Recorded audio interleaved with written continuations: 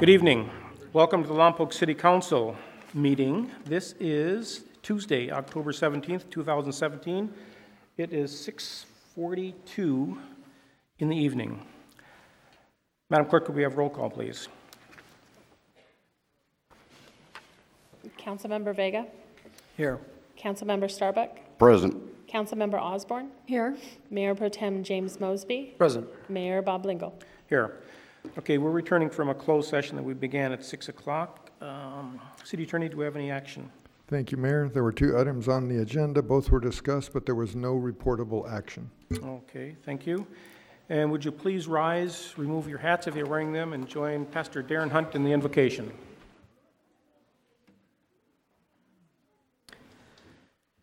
Let us pray. Dear God, as we begin this meeting tonight, we call on you. We're mindful of devastating fires that have consumed so much in our great state. We pray for the 11,000 firefighters, including some from our own city of Lompoc and surrounding communities battling the fires north of us. We join our hearts in prayer for their safety, protection, full containment of these fires, and a quick return. We pray for those who have lost homes and belongings in these recent fires, and especially for those who are grieving the loss of loved ones. Help and comfort them in these days and weeks ahead. Thank you, God, for our mayor and council members who occupy this dais tonight in order to conduct the business of this great city. I ask that you would help them to govern well, to give them wisdom and understanding beyond their human ability, fill them with love and compassion for their fellow man, and help them to be the leaders our city needs that would guide this community to be fruitful, responsible, and abundantly blessed. Thank you for these children and families present here tonight. God, they're a reminder of some of the greatest good in our community, Lord. We pray for the nonprofits and those that seek to do good in our community, that you would bless them, give them abundance as they deal with short budgets and tight volunteers, Lord. I pray, God, that you would bless them as they seek to bless our community. Thank you for police and fire personnel in our city staff, and God, for all the citizens gathered in this room, as well as those following along at home. God, please bless our community and help us to live productive and prosperous lives, helping others and seeking help when needed. We thank you for your many blessings and ask for your continued hand of guidance and support. It's in your name. Amen.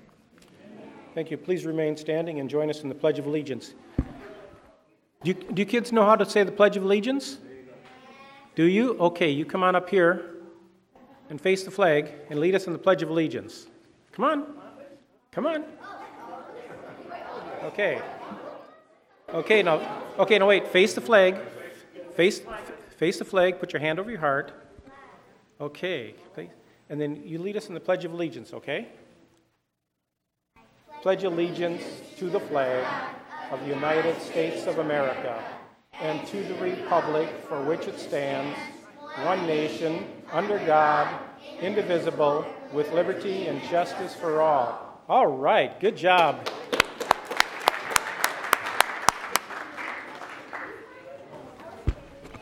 That's sort of impromptu, so you guys did a good job. Okay, presentations elsewhere. On October 12th, Mayor Pro Tem Jim Mosby presented a certificate of recognition to Emerus Performance Minerals in recognition of Lompoc operation being the world's leader in mining, processing, and manufacturing and engineering of diatomaceous earth products. Thank you, Jim, for doing that for me. Presentations today. I'm going to read a proclamation for Freedom of Workplace Bullying Week. Do we have someone to accept this proclamation?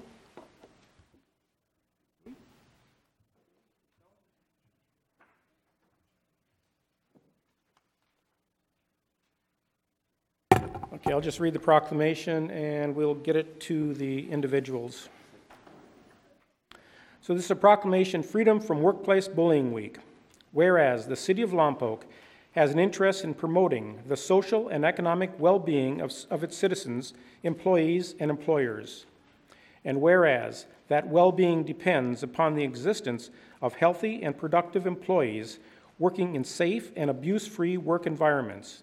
And whereas research has documented that stress-related health consequences for individuals caused by exposure to abusive work environments, and whereas abuse work environments are costly for employees, with the consequences including reduced productivity, absenteeism, turnover, and injuries.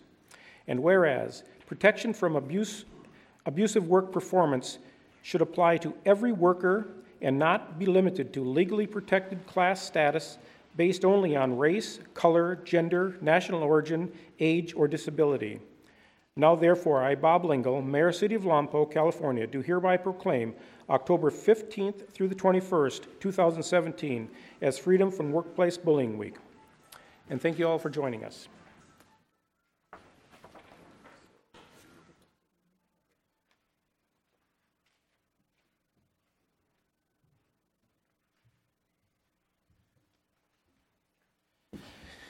Okay, and now we have some special presentations. We're going to issue, I guess, pins tonight? Pins and certificates? You want to come up for the certificates, or you want to do a little explanation as to why we're doing this? Anyone? Yeah, you? Yeah, well, yeah, do you want to tell us? Gold cards. Gold cards. Gold cards, there we Gold go. cards, okay. I was excited about the pins. That was something. Good evening, Mayor and Council. My name is Michael Baker, and I'm the CEO for United Boys and Girls Clubs here in Santa Barbara County. And thank you for being the first city at this go-around to do the gold card ceremony recognition at City Hall. Mayor Lingle, thank you for putting it on the agenda. Very much appreciate it.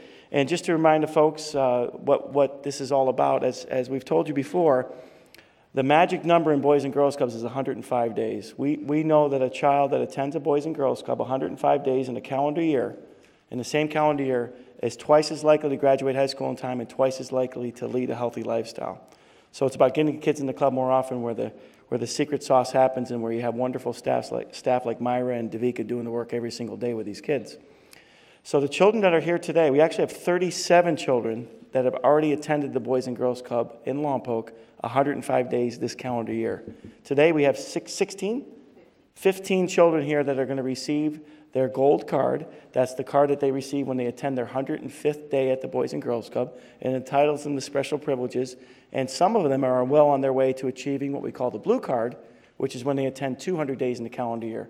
And what they get for that is they not only do they get a free membership for the next year for themselves, but they get to invite a friend that is not currently a member of the Boys and Girls Club to invite them to be part of the special atmosphere of the Boys and Girls Club. So again, on behalf of the board of directors and our staff, want to thank you for recognizing the kids.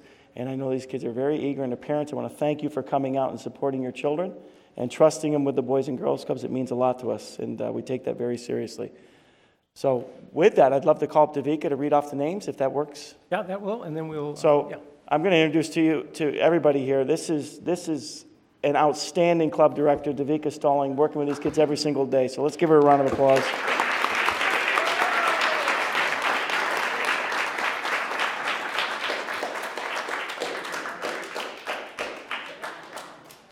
So the first name that I'm going to call is Haley Bansma.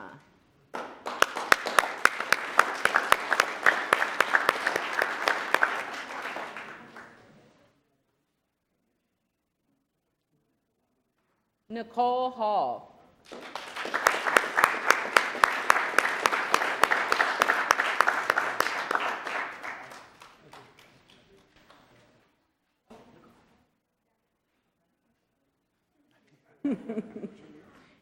Jayana Branham.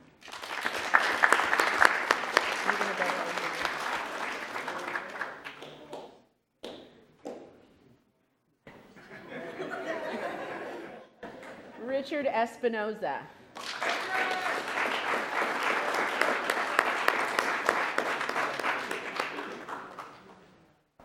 Janice McLean.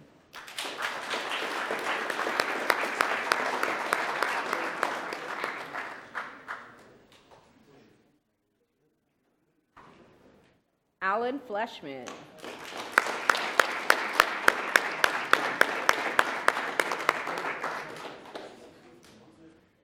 Malia Coward.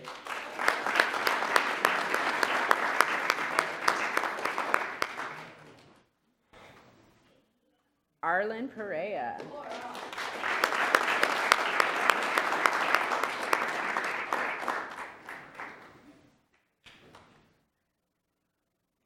Brian Ponce.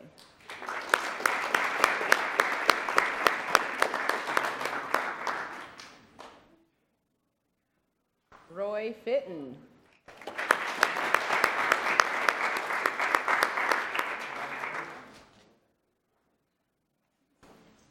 Tatiana Mendez.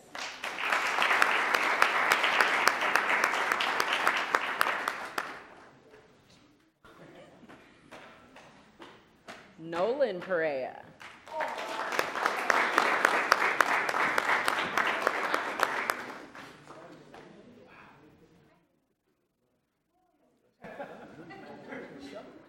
Hayden Daniels.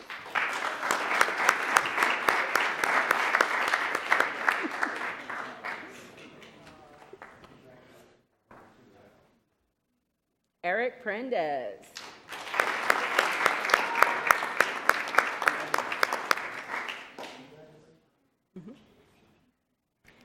And last but not least, Madison, who has attended over 160 days this year.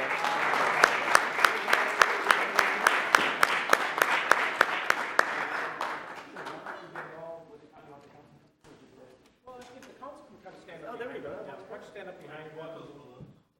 Towards the center here.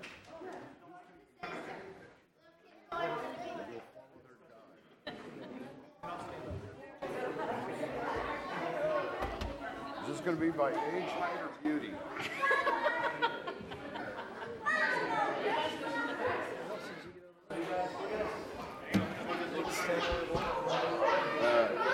Something like this? Yeah, something like this, okay.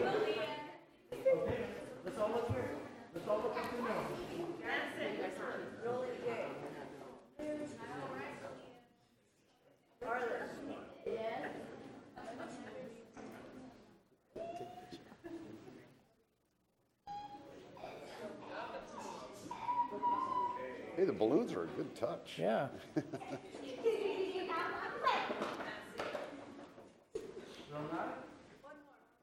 We can beat that. Okay?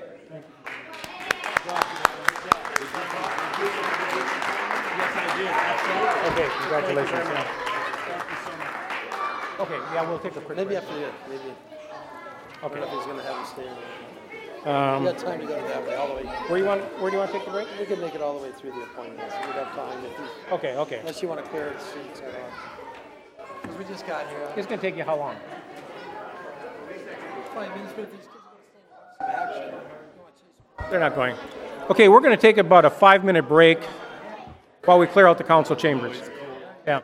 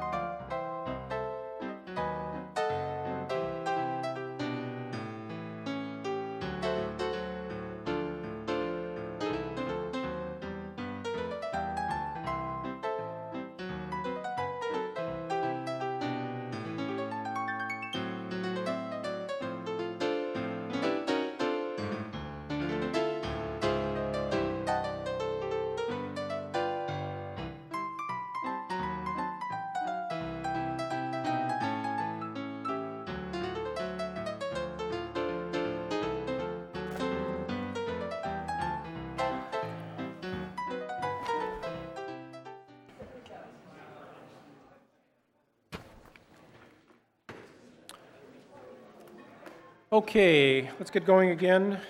We're going to now hear a presentation by the Lompoc Valley Chamber of Commerce. It's going to be a presentation and update.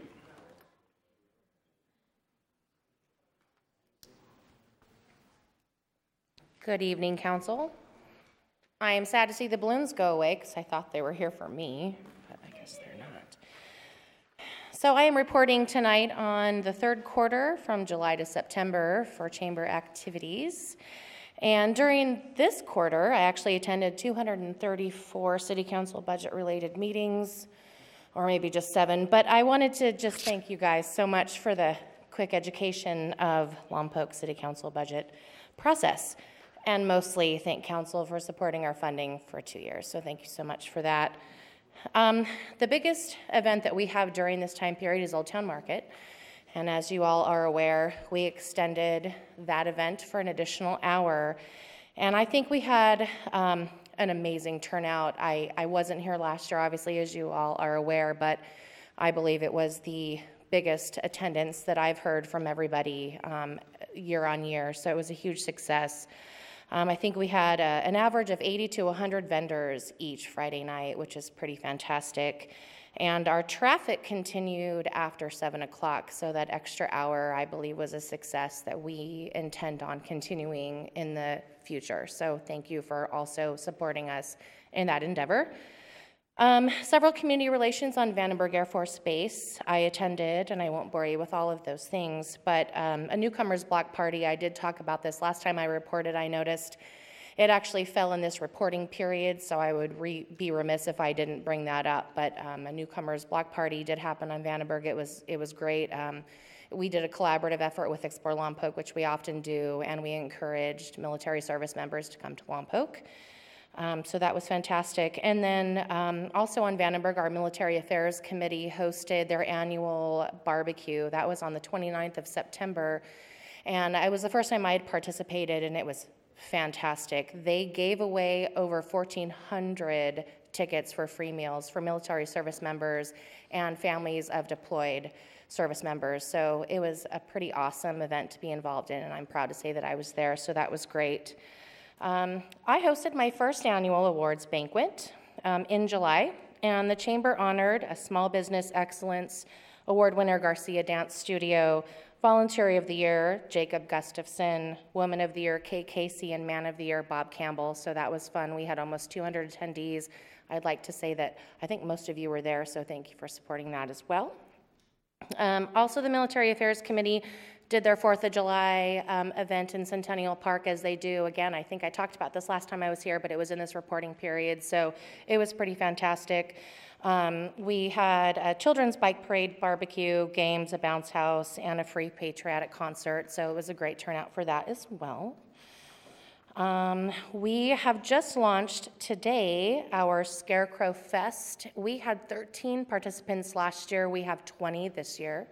So ballots and maps are available for pickup in the Chamber office. Survey will go out later this week once we've had an opportunity to photograph all said scarecrows, but it's a really great economic development tool to encourage the community to go out to these businesses, show them their patronage, go see the scarecrows. It's really fun and unique. So I encourage everybody to get out and do that. And that started yesterday, and that's gonna go through the 30th of October. And lastly, we've had some staff changes within the Chamber. So we have hired a new communications and program director. Her name is Danielle Honier, and I'm just gonna read a little bio for her so you know a little bit about her.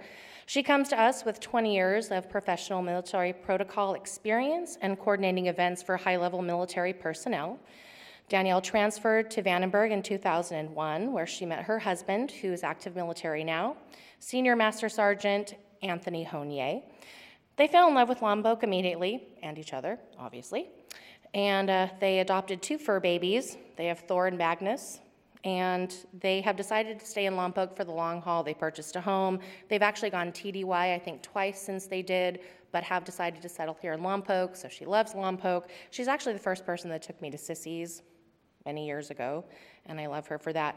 She's passionate about preserving Lompoc's heritage and history while embracing the new trends of up-and-coming thinking and technology, and we are thrilled to have her.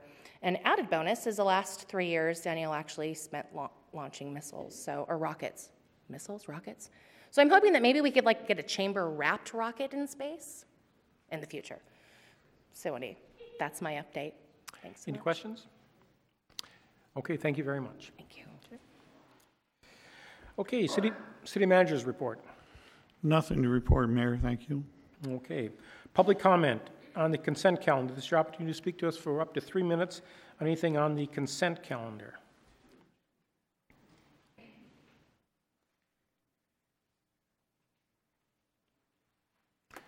Okay, seeing no one rise on the consent calendar, we will close public comment and bring back to the council. The consent, oh, I'm sorry. You're awful slow, John. I thought somebody else was headed this way ahead of me, so I was walking slowly. Council members, Mayor, John Lynn Lompoc, resident. I want to mention two things to you. First, on item number 4, it wasn't in the staff report, but those of you who have served on the council a while will remember that we suspended the 2,000-foot rule back in 2015 until the Supreme Court made a decision, which they did, so we're moving forward on that. But today, there's something pretty exciting on the consent calendar, which, I don't know, maybe that's not normal. And that would be item number 3, the proposal for an additional program. Now, some of us were on the council back in 2014 when we passed the HERO program, which is very similar to what's on the consent calendar today. And I encourage you to pass the one today also, because competition is good, and that's what the guy at HERO told me. But what I did not know when I called HERO to say, hey, what happened to you guys? You know, we worked real hard with you. Why didn't you get it done? He said, I did 4 weeks ago. And the press release is in the package I'm giving you. After 2.5 years of negotiating with the county, they finally signed the agreement. And you'll recall that this program allows homeowners to use the equity in their home, regardless of their credit score or the lack thereof, to do improvements on their home for energy efficiency. There's some numbers in the pile I gave you. I think they have $3.5 billion out so far, and the savings are just outstanding. So the HERO program is here. 3 people in Lompoc have already been approved, although the projects haven't started yet, obviously. 1 was turned down, so again, they run 2/3 to 3/4 approval. So take that information and please share it with everyone you know. Contractors can sign up online immediately at heroprogram.com, and those who are interested in the services can sign up online at heroprogram.com. Thank you. Thank you, sir. Oh, I'm sorry. And Dustin particularly wanted me to convey his thanks to our city manager for his diligent, endless work in finally making this happen. Thank you. Okay, thank you. Anyone else? Consent calendar. Okay, seeing no one rise, we're going to close public comment on the consent calendar, bring it back to the council. Consent calendar consists of things that are generally considered routine and will be passed with one motion by the council unless a council member chooses to pull an item. Does any council member want to pull an item? Okay, seeing no one, I will entertain a motion to approve. I move we accept consent. I second. It's been moved and seconded. Any discussion? Let's vote. And that passes 5-0. Okay, staff presentations. City Services staff is going to provide an update on the financial management system upgrade. Good evening, Mayor and council members. I am so happy to say we have launched phase 1. It is working. This is a hallelujah moment. We had to have our purchasing department closed 1 week just before October 1st, but we had training for all the end users that do approvals for invoices and requisitions that get turned into purchase orders. And I think we did pretty well. There are a few hiccups here and there, and we're still working a few things out, but I'm very excited to say phase 1 is actually working, and we're starting to get things into October. Meanwhile, in the old system, we're still working in July and August and September, so those won't come forward until we actually close our audit and our end-year information. But it's very, very exciting to say that, yes, we did it, and by the time we get things done in October and November, we'll get July, August, September, just the ending numbers into the system, but everything will be visible for staff. The approval processes go through, so we're getting to actually see a lot more than we've seen before as we get to see all the invoices that come through, and so it's very awesome. Our phase 2, we've started in August. We are going through, and in August we explained to our Tyler Eunice what we do in payroll and HR. And in September and last week we were working on how they do things and how we can improve our processes so that our payroll, our HR, when they do personal action forms, it actually gets into the system one time. We don't have to reduplicate it on the payroll side. It's very exciting because there's a lot of duplication work there. When we do get this phase 2 done in July, we'll be starting to go live, that the employees will be able to fill out their timesheet online in a portal. It'll go to their supervisors, they will approve it, it'll go into payroll. There'll be one more last look at it, and we'll have an integrated system that HR will talk to payroll, which will talk to financial systems. Very, very excited about that process going forward. And then in February, we're going to start our phase 3, which is our utility billing, and that'll take us a year to get through that. So that's where we are in the process, and thank you for approving the system, and making our life better. So, any questions?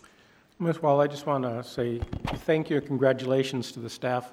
If anyone else has ever been through a computer upgrade, small or large, this is probably as large as anyone that's been done in the city. Throughout 30 years. Well, yeah, for the years, but Yeah. business in the city. I went through one with the hospital a couple of years ago, and that was a large one as well, but literally flawless, so congratulations. And a lot of extra time on the staff, the training, duplicate work, but thank you very much and great job. Councilmember Mosby. You said they fill out their timesheets online? They're going to be able to, yes. So we don't have an automated time clock or anything like that? No, it's not an automated system. We would have to Or they check in or something, it's not that, we can put in the hours that they come in. Salaried people wouldn't have to because they're salaried, but hourly people, they can actually say, okay, they started at 8, but it's not going to be a timekeeper system, but it will tell when that person started to work and when they ended. So it's an honor system, right? Is that what you're saying? Yes. Okay, thank you. Well, okay, I don't believe it's completely an honor system. They have to be at their desk, at their computer. It's not, they can't log in from home or from Arizona. They have to log in from their system They here. actually will be able to log in from a portal, but their supervisor has to be aware of they'll be able to see what time they came in, and their supervisor is responsible for making sure that person comes in to work when they're supposed to. Okay. Anyone else? Thank you very much. Thank you. Okay. Oral communication. This is your opportunity to speak to us for up to 3 minutes on anything that has the ability to come before the council.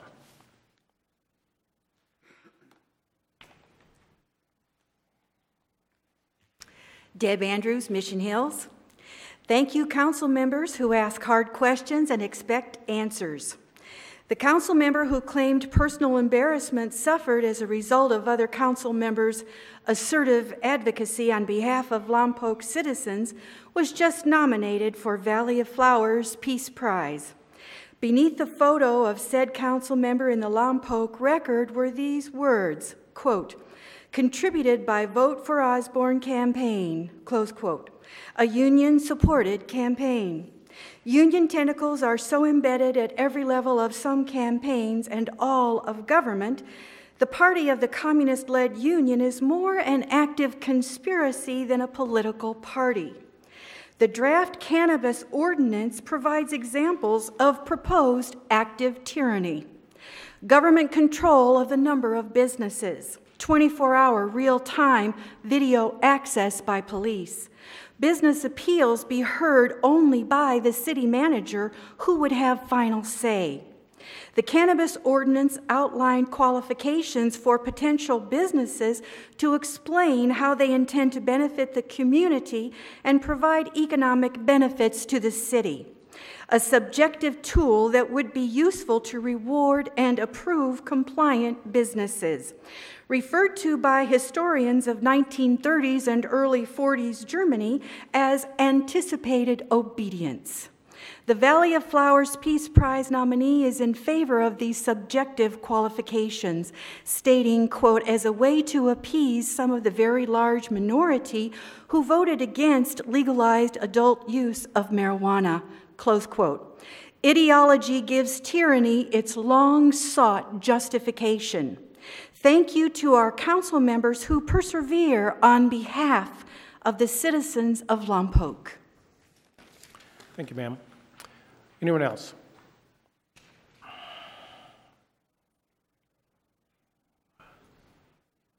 I only wish I could speak as eloquently as she did. Mayor, City Council members, my name is Don Buck. I'm a 64-year resident of Lompoc.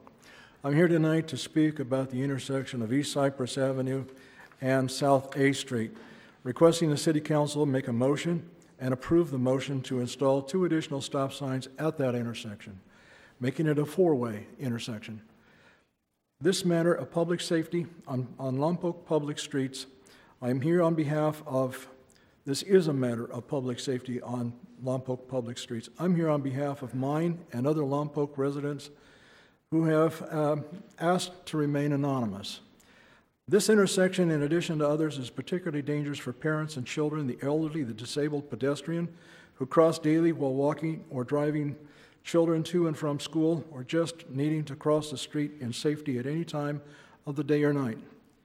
To remedy this, we are asking the City Council to make a second motion and vote to pass a city ordinance that will provide a means whereby the City Engineering Department can be directed to provide street stop signs where needed without having to meet the current traffic study and other unreasonable, encumbered, and inappropriate for the location requirements. This is a safety issue that should have been addressed decades ago. We mentioned that even one accident involving our children or others attempting to cross it in the crosswalks at this location is too many. If it could have been prevented by the installation of additional stop signs.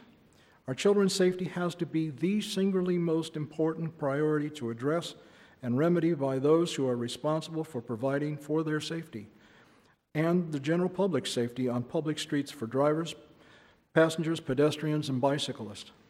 This particular intersection and a minimum of 4 others on collector streets across town each need 2 additional stop signs, a total of 10 stop signs to remedy dangerous conditions at these intersections and or improve emergency egress from surrounding neighborhoods in time of emergency. Additional stop sign installation requests submitted by other city residents for them at other locations should also be given the appropriate level of consideration they deserve and feedback on their request. Thank you for your consideration of this request, and hopefully the passing of the ordinances in accordance with the direction identified in Title 10, the traffic control devices. These intersections, in addition to the A and Cypress locations, are as follows. East Chestnut and North A Street, West Pine at North V Street, West Pine and West North Avenue at R Street, and each of those are currently 2-way stop signs that need to be converted and made into 4-way stop signs. Thank you. Okay, thank you, sir. Next, please.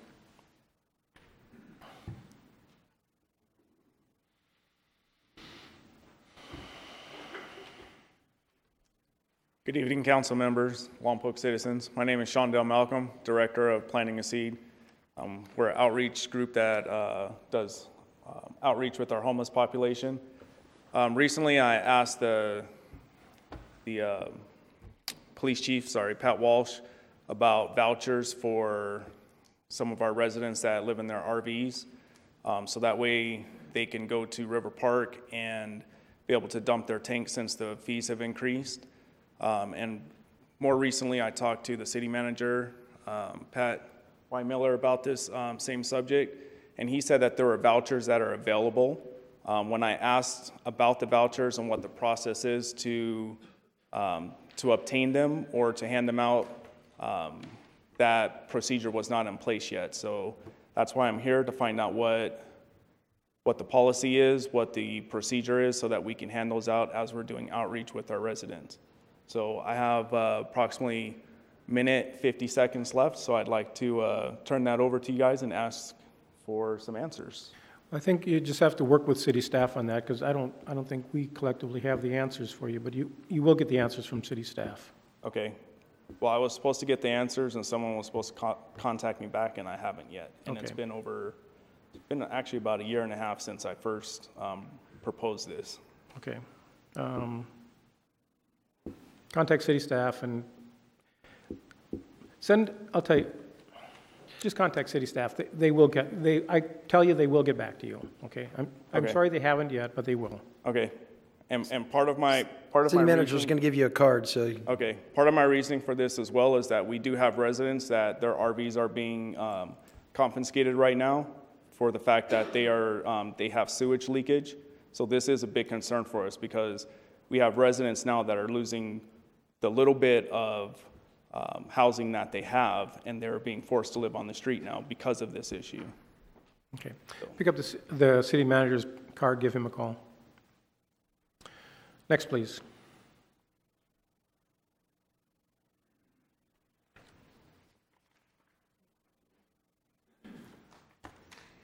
Good evening. My name is Sue Copeland. Thank you for letting us address. I'm excited to inform you, City Council and the community, that the Friends of California Space Center is a group of local residents who are determined to work with Eva Blaisdell, the City Council, the city, and the city staff to bring back negotiations for the California Space Center as designed by Eva Blaisdell. We've had a couple meetings, and we're looking forward to working together with you, and we'd like to set up some meetings. In addition to that, while we have been looking at why things have failed and why our city is not moving forward with different economic development projects, we are taking a close look at the 2030 general plan. And although our goals and our policies look really good, some of the measures that are stated in here don't seem to fall in line. Our goal number 1, promote and enhance employment opportunities within the city. And then there's policies, and the policies sound good. The city should attract new employment, generate businesses, capitalize on Lompoc's location and resources. But yet the measures don't apply to that. The city maintains a long-range comprehensive marketing program to promote the city as business-friendly. But when we look at the number of developments that have been canceled during their development process, it is not very business-friendly. The city should promote and support educational opportunities within the city and surrounding area. All of these that I'm pointing out are things that the California Space Center, designed by Eva Blaisdell, would promote and address. The city should continue to support the role of Vandenberg Air Force Base as a significant contributor to the economic base of the community. When I skip over to the measures, the implementation and measures, because I might run out of time, it's not until we get to measure 21, okay, the city should encourage additional tourist attractions by capitalizing on local attractions. There's nothing in here. When we have these rockets going off, these missiles going off all the time, and there's nothing in our city plan that even talks about addressing this and taking advantage of this and capitalizing on what we have here. There's mention about agriculture and wine, but right here is a wonderful opportunity, and this is what the Space Center will bring to Lompoc Valley. Thank you. Thank you, ma'am. Anyone else?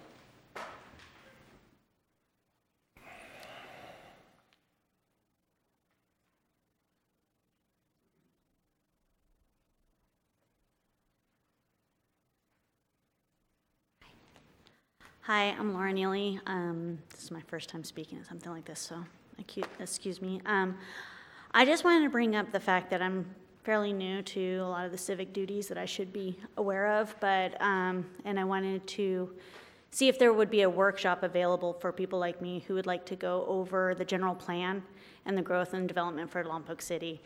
I think there's some things that we may not be aware of, and I think that need to be brought to light. And I would like the opportunity for the City Council to propose a workshop for us. Thank you. Thank you, ma'am. Anyone else? Okay, seeing no one rise, we're going to close all communication, and we're going to come back to the council. Next, we have appointments. Let's see.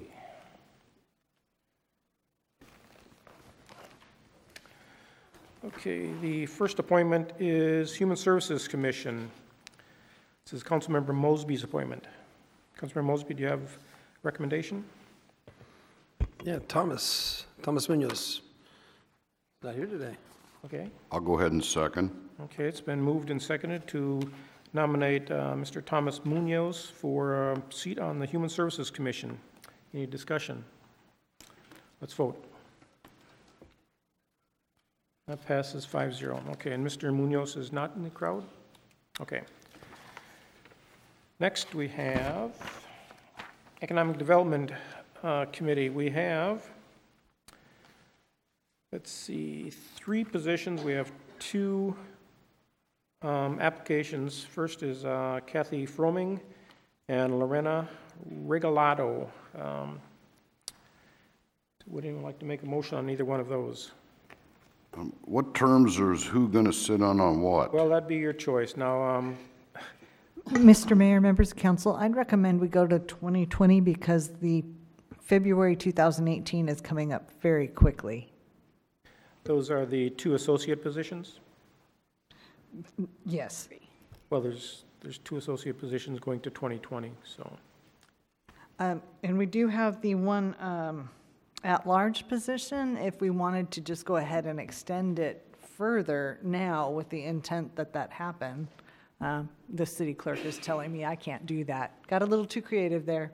Let's stick with the 2020. Okay, so Councilmember Osborne.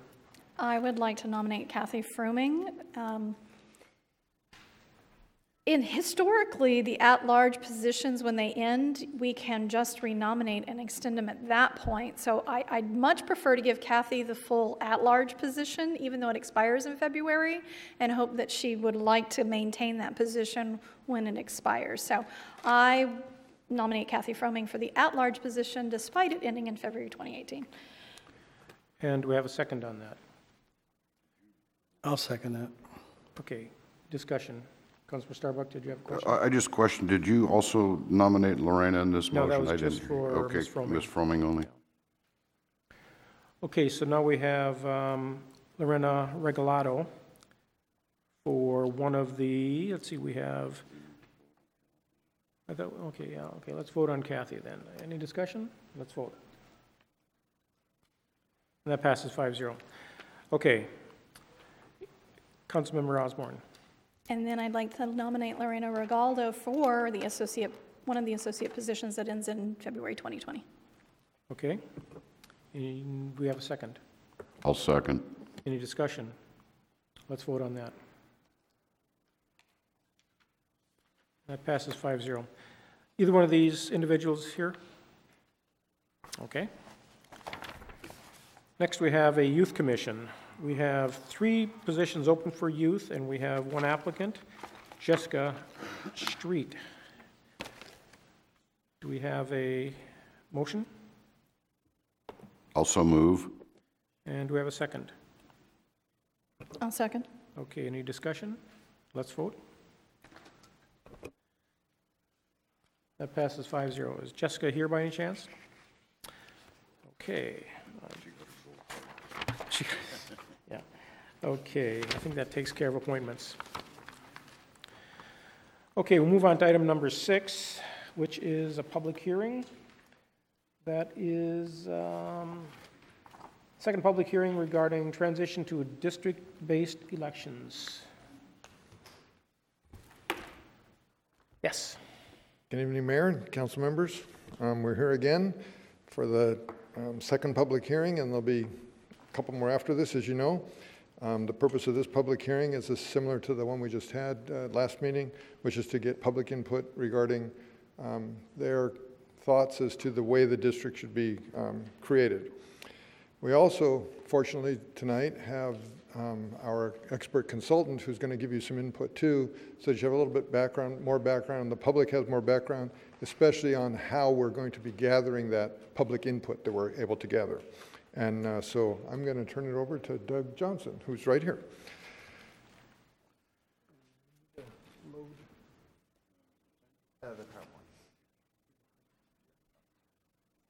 Thank you. So, good evening. Again, my name is Doug Johnson. I'm from National Demographics. It's a pleasure to be working with all of you on this project. Let me go through a little bit of this, and happy to come back in more detail and talk about questions. First of all is, you've probably heard some of this already, but this is not unique to your city. This is happening statewide. We've got 157 school districts that have switched. 28 community college districts, more than 70 cities have made this change. And just to put that in context, before the California Voting Rights Act came into being, there were only 28 cities in the whole state that had district elections. And now we've added more than 70 to that number. So this is a huge wave that's sweeping the state of changes in local elections. And what's driving it is not that 200 and some jurisdictions are violating anyone's voting rights or civil rights. What's driving it is the two battles that we've seen so far where folks actually went to court. In Palmdale, they ended up paying $4.7 million. In Modesto, they paid $3 million. So it's these huge dollar figures involved in these battles. And so the jurisdictions are having to switch, regardless of whether they're actually in violation of the law. The other piece driven by state law, unfortunately, is that this is a fast project. We are now, as was just mentioned, at the second hearing. The state requires these 2 hearings before draft maps are drawn. But one of the things we're trying to get going, even in the limited time we have available, is the opportunity for the public to draw maps. And I'll touch on this a little bit more detail in a minute. But we are looking for the public to offer their thoughts on how the draft maps should be drawn, or to actually draw them themselves and send them in. But because of the timeline we're under, we are asking that people draw their initial draft maps by the 26th. So only 9 days from today, unfortunately. It's not the end of the time where people can draw maps. They can continue to draw maps and submit them for the later hearings as well. But that is really, that initial group of draft maps is really a key point. So we'd love to get as much input as we can before then. Those maps come into us, and we process them and put them into web-friendly formats and post them to the website that I'll show you in just a minute. So people can look at that website on October 31st, and the maps will also be available at City Hall for anyone that doesn't want to get them online. But they can look at the drafts and start sharing their thoughts. A week later, we'll have another hearing, but the third and fourth hearings tend to be a lot more interesting and have a lot more comment because there's actually maps to react to. That's the point at which people are asked to come in and say what they like about maps and what they dislike about maps. And the maps are certainly open to change. The draft maps are not the final maps by any means. Then on the 7th and 21st are the third and fourth hearings. If there is general consensus, the council can actually hold a fifth hearing on the 21st and introduce then, or if you want more time and you're not at a point to choose a map, then the ordinance will be introduced on December 5th. So these lines will go into place for 2018 and 2020. And then one of the other oddities of how this law is kicking in is each of the districts drawn will hold one election, either in 2018 or 2020, and then we'll redraw the lines because the 2020 census data will force a redrawing of the lines. Now that's a much smaller project. It mainly involves tweaking the maps. So we're moving very fast now for lines that will be used in 2 elections, and then we'll come back and have a more relaxed city-driven process rather than the state-mandated process. I'm not going to go through all this data, but one of the things that we do provide is a ton of data for each draft map and for each district in each draft map. We will release a bunch of census data, At the top left, you can see there's total population data by ethnicity. That's from the 2010 census, so it's a little out of date, but that's what the courts say we should use for equal population. In the middle left is a section you see citizen VAP, that's citizen voting age population, which is the census numbers that the courts rely on for measuring eligible voters. And one of the things that struck me here, as it does in many places, is total population, the city is actually majority Latino now. Actually, in 2010 was majority Latino. But when you get down to eligible voters, it flips, and it's 37% Latino, 50% white. And that's a very common thing that we see in cities across California. Then there's also registration data and turnout data that comes from the state. They actually use surname algorithms to estimate those. And on the right is a whole bunch of community data. So language spoken at home, education levels, income levels, apartment residents. That data can be used for people that want to define communities using those factors. So when they look at the maps, they'll be able to see, oh, this district has a high propensity of renters, or this district has a high propensity of apartment residents, things like that. The main thing, of course, is equal population. We have to have right about 9,800 people in each district by federal law. So again, this data is available and will be provided for every map and for every district in every map as we go through the process. So the maps will be drawn with, number one, to comply with the federal requirements. The federal laws are must-dos. We have to have essentially equal population in each district. We have to comply with the Federal Voting Rights Act. And at the same time, we have to be sure we're not racially gerrymandering. So race can be one consideration, but really when we're drawing lines, now we're switching to talk about neighborhoods. So we can't pick census block by census block where race is a predominant factor. So those are requirements. And I and your city attorney will be making sure that the maps come before you either comply with those or they have a big warning on them saying you can look at this map because someone submitted it, but you can't adopt it. Where the decisions come down are the right-hand side. So this is what the council and the public are asked to really debate. This is looking for the map that best achieves these. So these are goals, not requirements, but goals. We want to respect communities of interest. I'll talk about that a bit more in a second. We want the lines to be compact and contiguous and to follow major roads and other visible boundaries. That's so that it's easy for the voters to understand where their boundaries are. If they like a candidate and want to go knock on doors and get their neighbors to come out and knock on doors, we want it to be easy for them to know which doors to knock on. Then respecting the voters' wishes and continuity in office. This is the goal of, we want the voters, if at all possible, to be able to decide whether a council member has earned re-election.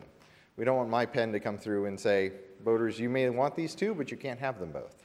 So that's one thing that we can aim to do while trying to achieve the other goals. Then just so people aren't surprised in 2021, you can look at planned future growth and underpopulate a little bit the districts that you expect to grow a lot. But given that these lines will only be in place for 2018 and 2020, that's not really something we're looking at. In 2021, we'll look at that more because those lines will be in place for 10 years. When we talk about the Federal Voting Rights Act and neighborhoods, we're looking really at a neighborhood that is heavily what the law calls a protected class. And here we're mainly talking about Latinos because they're the only ones that are large enough numbers to really influence districts. So we do get a neighborhood roughly around O Street, College Avenue, A Street, and Ocean Avenue, really right in the center of town that we want to avoid dividing in a way that dilutes their voting strength. So that's the Federal Voting Act requirement. And if you do dilute their voting strength, then someone can bring a federal challenge to map. And since the whole goal of this process is to avoid litigation, we try to play very safe on that front. But again, we are talking about that area because it's a neighborhood. You can see the individual colors, city block by city block.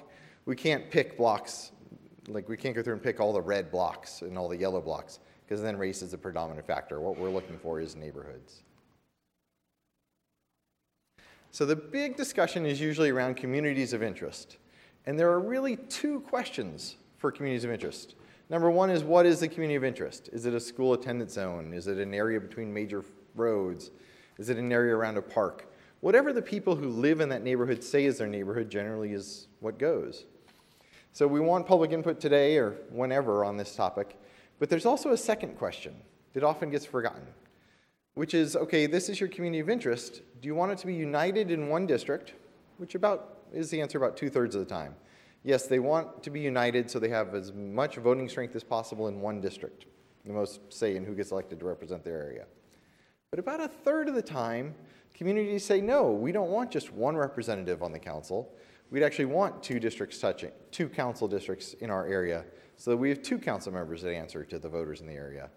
This usually comes up with schools, where attendance zones want multiple school board trustees representing them so that no one trustee feels like they own the school. But it can also come up for downtown areas. Those who are familiar with Pasadena, they're the famous example. Old Town Pasadena, which was a big redevelopment project they were just starting when they went to districts.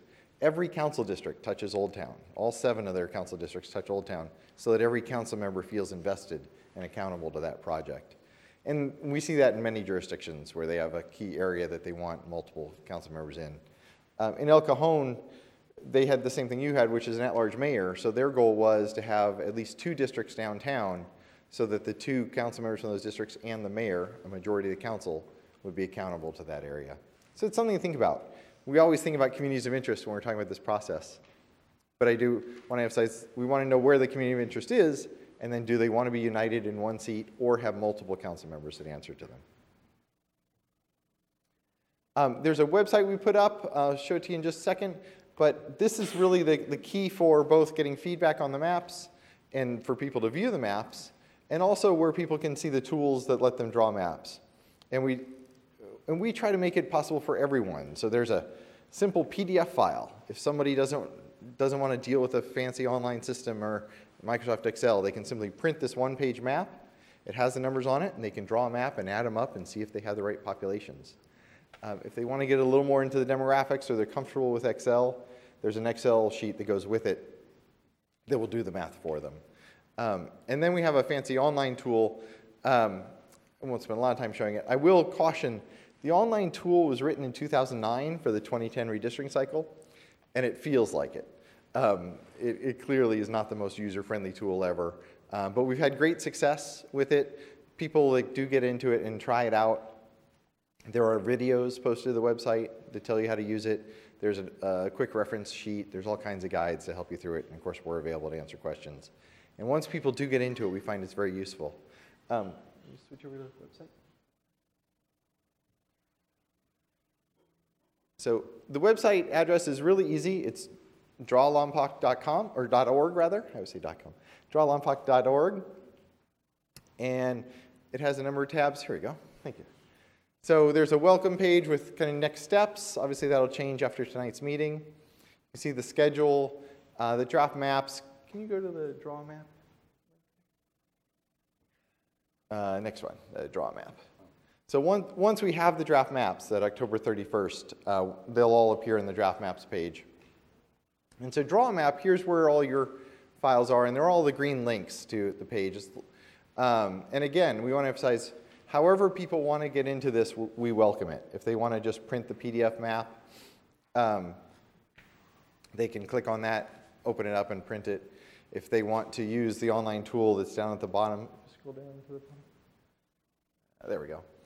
Down at the bottom, you can see to the right, the green link takes you right to the site, but there's also at the bottom the short videos that tell you how to do different things, the quick start guide, and then a one-page reference sheet. Those are all in English and Spanish.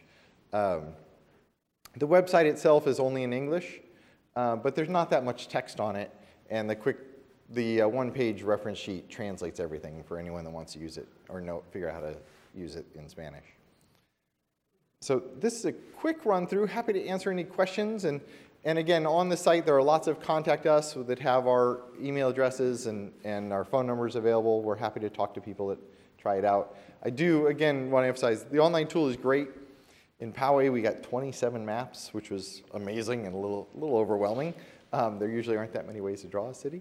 But we do encourage people to get in there. There is limited time, unfortunately, because of the state deadlines. But we're happy to work with anyone that wants to submit a map. Just a real quick comment. Sure. Not a criticism, a comment, because my email is blowing up right now. You need to pronounce Lompoc instead of Lompoc. Sorry. And just remember, you can easily remember it because every time you make that mistake, I'll poke you, okay? So I actually was thinking that as I thought earlier. I don't know if you know, I grew up in Aptos up the coast, and we have the exact same issue where everyone says Aptos. So now I'm guilty of it myself. And it's a very common error, but I mean, I could see people cringing when you said that, so. Sorry about that. Thank you. I will continue to poke you, remember that. Yes. Okay, so just a real quick, and then I'll go to the other council members. So communities of interest, for example, our downtown area, H and Ocean. If we wanted that represented by 4 council members and the mayor, each of the corners, the southwest, east, each of those there'd be a line in the middle. I mean, as an example, that's probably not what it's going to be, but that would be an example of a community of interest where an intersection could be divided with 4 different districts. Is that correct? It's exactly right. We can't assign territory to multiple districts, but what you say is what we do, which is bring the districts so they all border on that area. Sure, okay. Councilmember Starbuck. Yeah. Why is this done on population vice registered voters? Because the U.S. Supreme Court says to do it that way, is the ultimate answer. The theory is that elected officials represent everyone in their district, regardless of whether they vote or not. But it has gone to the court twice, and they've ruled both times to use total population. Okay.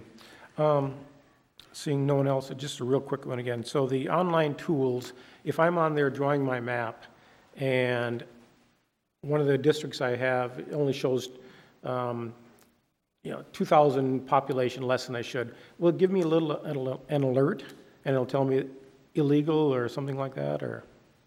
You'll see the running totals of the numbers. Okay. There is an option in there that would let us block you from submitting it, but we don't turn that on because we want people to be able to submit where they want. We will, assuming we don't get overwhelmed with maps, we will email back and say, hey, your map is not population balanced if we do get a map like that. Okay. Any other questions? Thank you very much. Thank you. Joe, anything else from? You want to ask the public if they want to? Yeah, I'm going to ask you, but do you have anything else right now? I don't have anything to add. Okay, we're going to open up to the public. Anyone from the public want to say anything?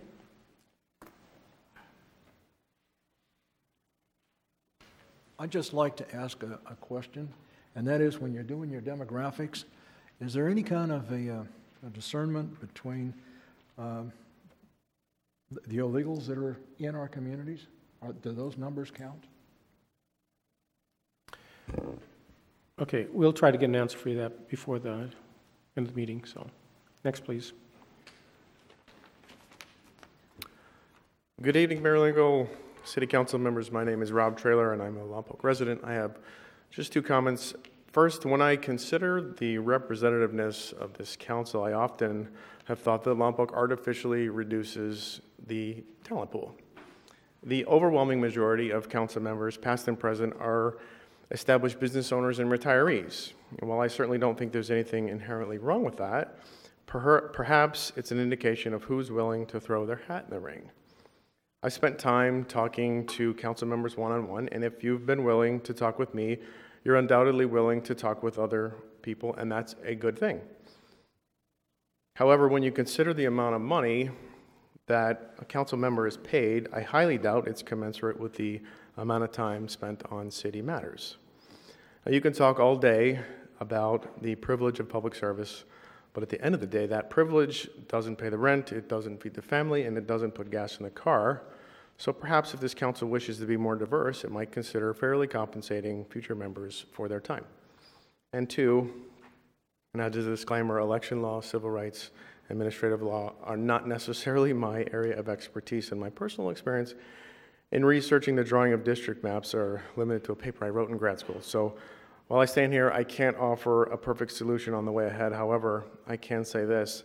While the possible criteria considered or used to draw districts like population size and topography and geography, compact and contiguous boundaries, etc., seem entirely appropriate. However, one criteria I would suggest is not, and that is your respective addresses. It should make absolutely no difference in the drawing of the district maps, and further, I would suggest that any attempt at drawing district maps to reduce competition or to insulate yourself from challenge would have negative consequences. Again, I think this process is about increasing the representativeness of this body, not consolidating your own power. Thank you. Thank you, sir. Anyone else? Okay, we'll close public comment.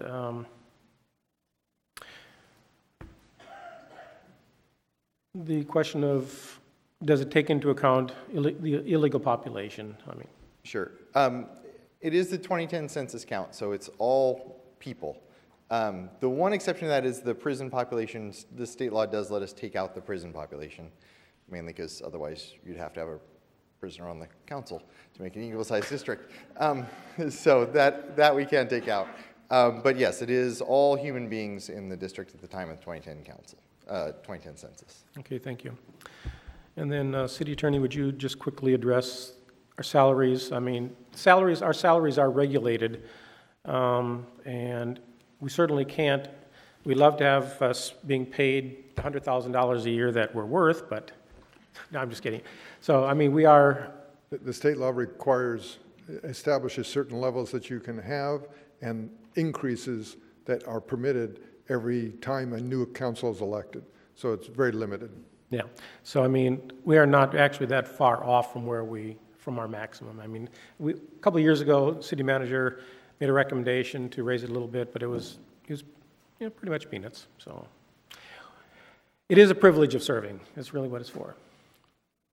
Okay. Mr. Pannoni, anything else? Unless you have other questions or some Any other special questions? comments you want to make, there's nothing else we needed. It's just trying to get more public input on this. Okay. Thank you very much. Okay, moving on to item number 7, unfinished business. Discussion and introduction, first reading of an ordinance number 1640, parentheses 17, amending chapter 9.36 of the Lompoc Municipal Code regarding cannabis uses in Lompoc. Mr. Pannoni. Thank you, Mayor. So we're here tonight to follow up on our last meeting where you gave specific direction on changes to make to the ordinance, the proposed ordinance. And what you have before you are 2 draft ordinances. One contains the limitation of 4 dispensaries, and the other doesn't contain that limitation. That's the significant difference between the 2 ordinances. And then, as you know, there's other changes that are in the ordinance. Because we looked at it again, we had some language corrections that we thought was appropriate to make. So we did that, and that's all redlined in the document that you have and that was on the website. I'd also like to remind the council of the process we're in. An introduction and adoption of this ordinance is one step. Remember, the ordinance also calls for the need for a resolution, and the resolution is to impose the fees that will be assessed for the application process, as well as other regulations that may be needed to handle the day-to-day sorts of things. But those regulations are going to come back to you in the form of a resolution for adoption, and that will happen, I'm guessing, maybe by the end of the year. Your last meeting in December is what I'm sort of focusing on as that being the timing. I also think it's important for you to understand, and you may already understand this, but members of the public seem concerned, and that is the connection between this ordinance and the city's planning process. This doesn't do anything to abolish or change the city's planning process. So, for example, if there's one of the cannabis uses that wants to go in a particular area, and the area it wants to go in requires a CUP under the zoning ordinance, a CUP would still be required. Or if it requires a development review process, it would still be required. So that whole review and process the Planning Commission would participate in is going to jive with this ordinance. It doesn't obviate the need to do that.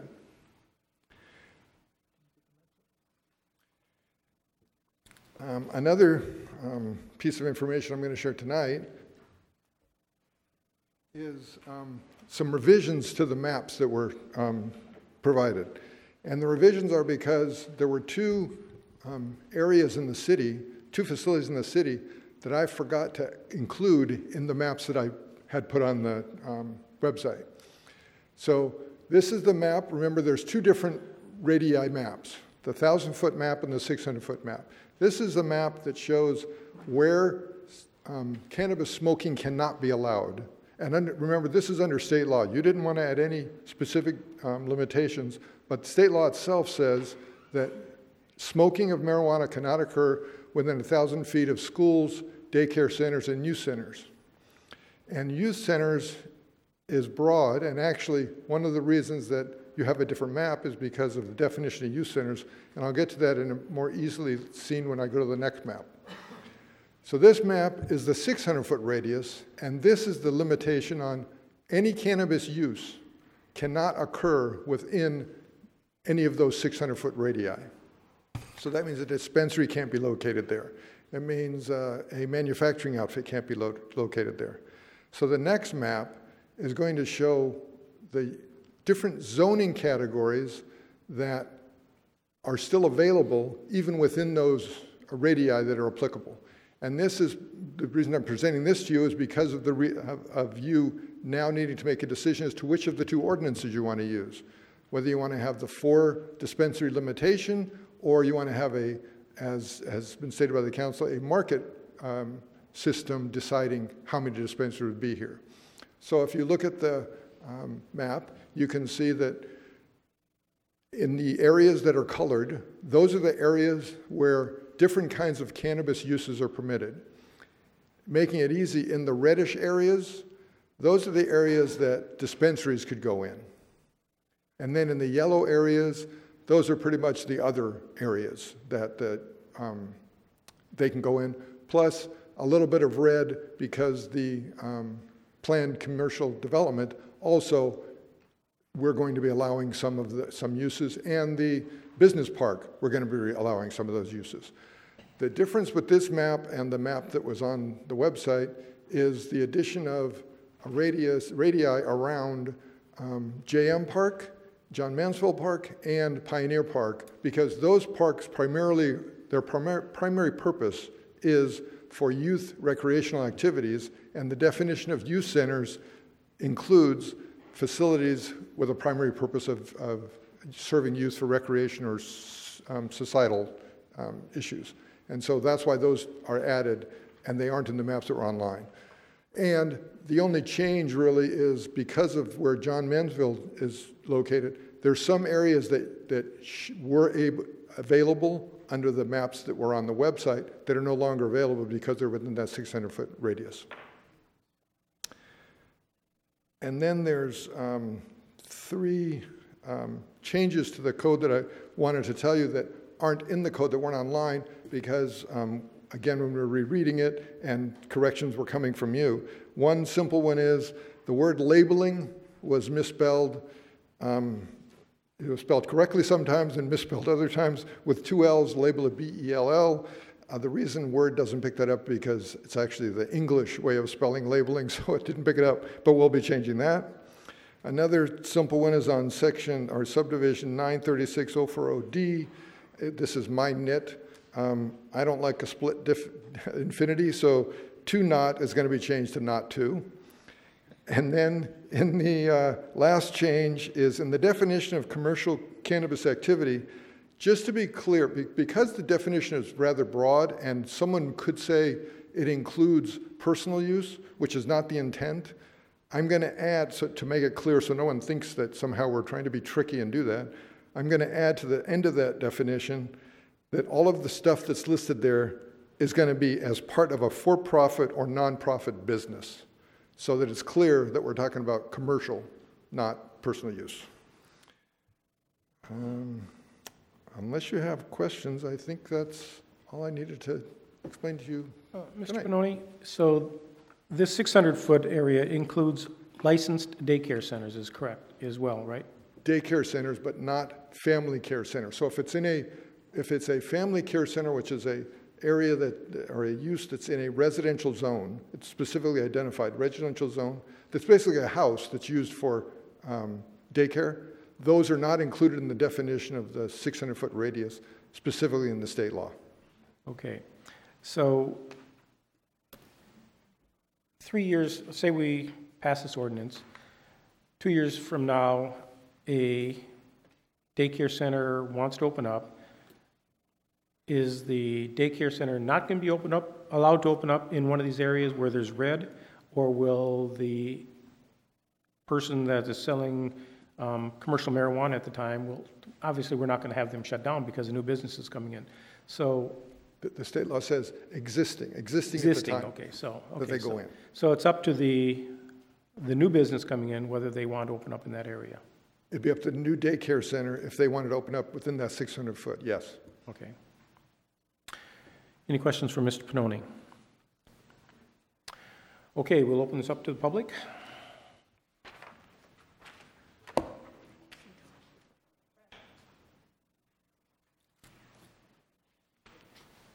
Good evening. Just found out about this from the mayor. I'm very concerned about our city of permitting the sale of this. I was very appreciative of Ron Fink's little pass out here where he said that other communities have banned cannabis dispensation. Can Lompoc do the same thing? That's what I'd like to know, because I would personally, truly, very much like to see it banned. I feel like it is an incredible menace to public health. I have there's a lot of bad experiences with family and with my own children as marijuana became an entry-level drug for other use. I don't want to smell it, I don't want to see it, I don't want to be around it, and I sure don't want to have 200,000 people coming here to buy it. So if there's any way we can still prohibit it in Lompoc, I would like to know what we can do to bring that about. Thank you. Okay, thank you. Next, please.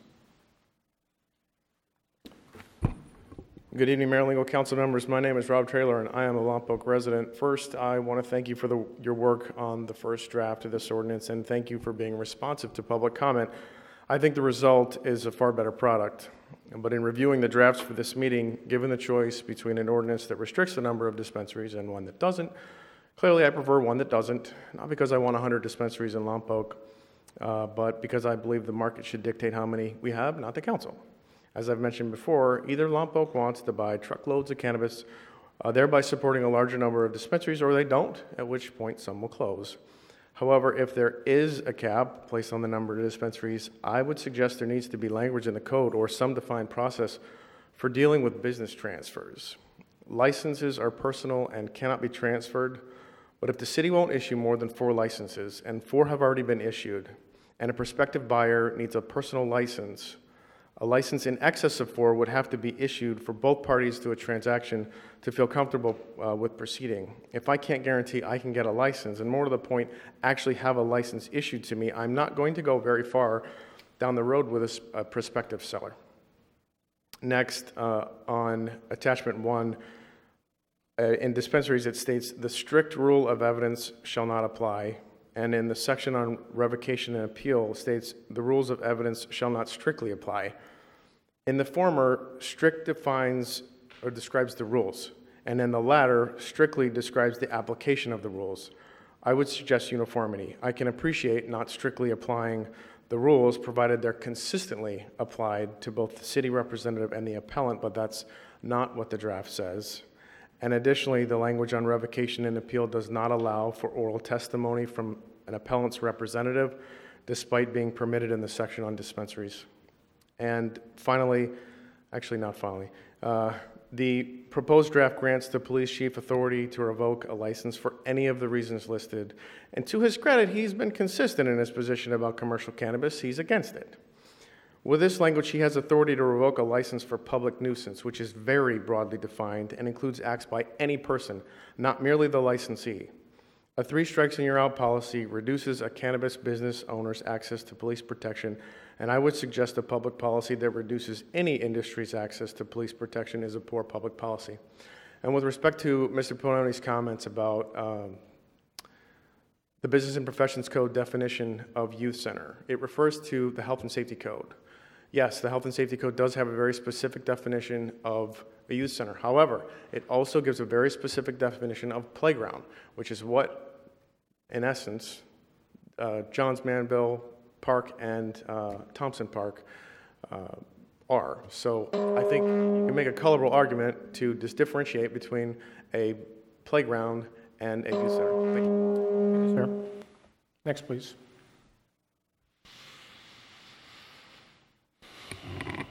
Good evening, Mayor, City Council members, city staff, and Lompoc residents. My name is Crystal Reyes. I am a Lompoc resident here for more than 15 years. My business owner in town as well.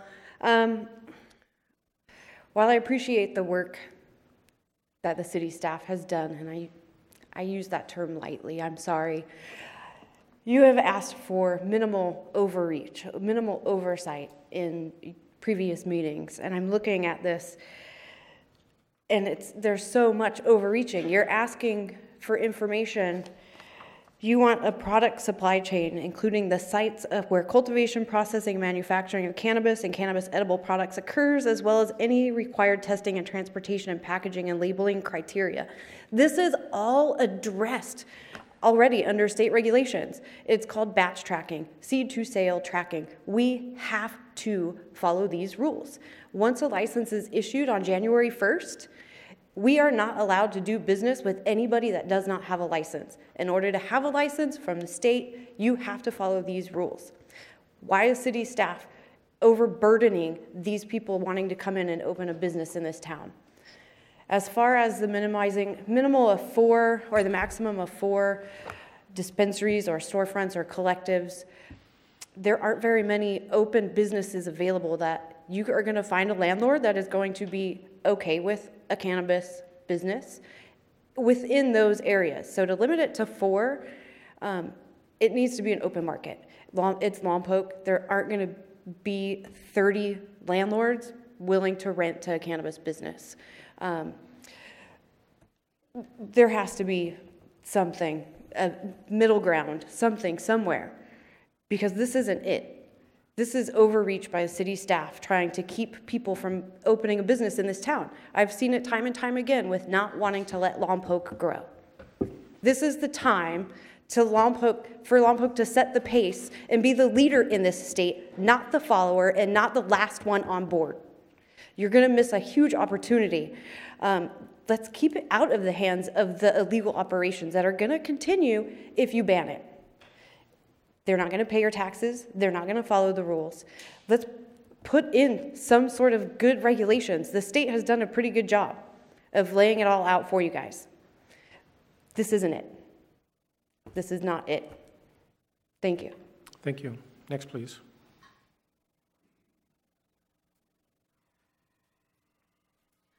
Hi, my name is Ron Bischow. I'm a resident in the Lompoc Valley and a real estate agent broker.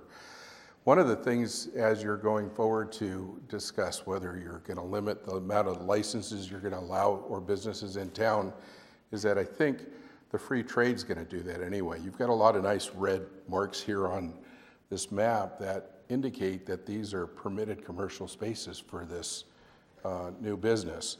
The reality is, and she touched on it, where you're not going to have 30 landlords allowing this to happen. It's not really them, it's the fact that they have mortgages on these buildings. And what they're concerned with is if they have this, it's still against federal regulations and they may have their loans called due. So what you're actually doing with that is you're limiting the amount of properties that are going to be available. They're going to have to be purchased, they're going to have no loans on them or private loans. And that's, I think at that point, your free trade is going to limit how many people can come in and actually open with the amount of cash that is going to be needed to establish a business. And I think the other items, working with the planning department and seeing this map grow and change and grow, and I believe the city attorney touched on that some of the daycare centers, the ordinance actually doesn't say home-based daycare centers, which would be some of the residents. The first map showed like all the daycare centers that weren't there anymore, but it doesn't. It addresses that those are not to be within that buffer zone. So that's all I've got to say. Thank you, sir. Anyone else?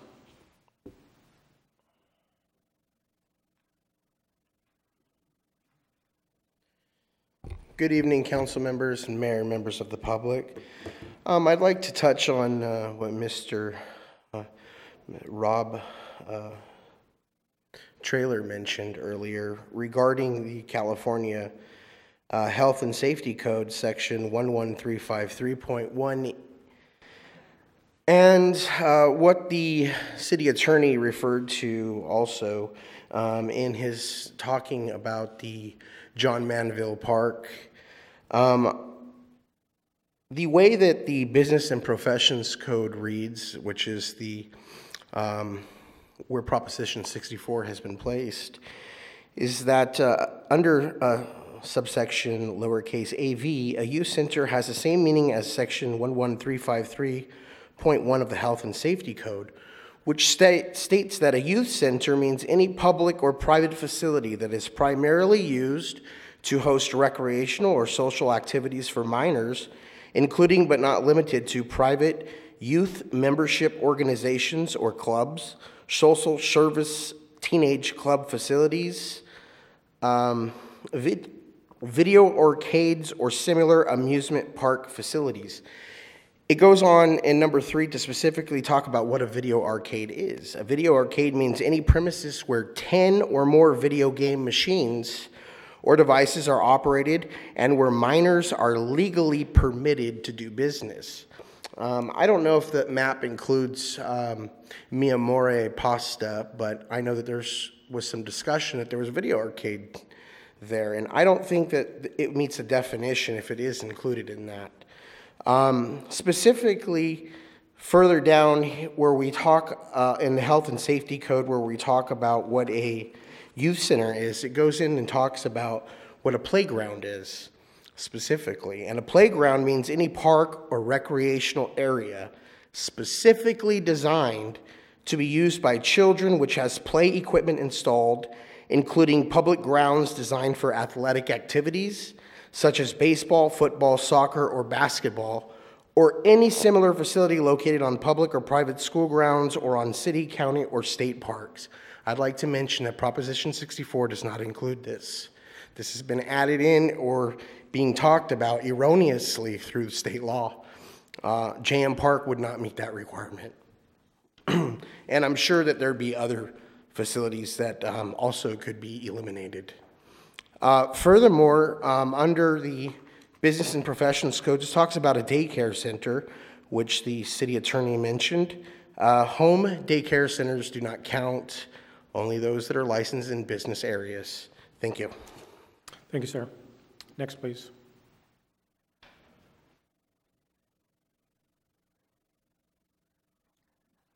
Hello, Todd Mitchell. I spent a lot of time here, but I'm not a resident of Lompoc. I'm a resident of Grover Beach. I think that in the cover pages of the limited number of dispensaries or the free market version, updating to use MAU CRSA as the set of laws would be important instead of MCRSA. I'm definitely a supporter of free market. As it might just be a personal thing. I was deemed qualified to operate a dispensary in the city of Grover Beach, and I'm number 6. And they're going to have either 2 or 4, and it's okay. I'll live with that. But I think that free market will do a better job both to attract patients, customers, and drive revenue. And it will also lead to, rather than the people with the deepest pockets getting their positions right away, it will be the people that operate the best and then provide goods to their patients or clients for a reasonable price.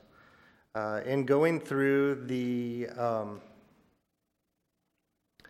free market version in 936.080 EU1,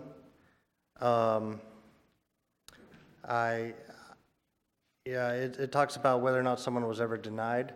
And in Grover, so this is for me or us, we weren't denied a license, but we didn't achieve those top 2 chosen spots. So would that keep me from being able to apply within the city of Lompoc, even though It was deemed by a very thorough process to be able to successfully operate a dispensary. And then on 936.080 F and G, again, the transfer of licenses. I thought that was spoken about at the last meeting. At minimum, I think that a way to add or remove owners or officers, whether it's a nonprofit or a for-profit corporation, would be important. 9.36.100 deliveries. State law allows for retail non-storefront deliveries, and as the public is not allowed in, I think it's questionable about whether or not that needs to have the 600-foot buffer or not, since the public is not allowed into the facility. 9.36.120, distribution, processing, packaging, and non-volatile manufacturing could possibly exist. I just have 2 points. If I could get those out, that would be great. 6.130, I don't really understand why it's a business needs to be open within 45 days. I don't think that would be a problem for myself, but any building that needs more retrofitting and such, I think 45 days would be a very tight timeline. Okay, I need you to wrap it up now. I will. And then appeals, if appeals fits within 10 days with other laws within your city, I think that's fine. Otherwise, why not extend that to 30 days? All right, thank you. Thank you, sir. Anyone else?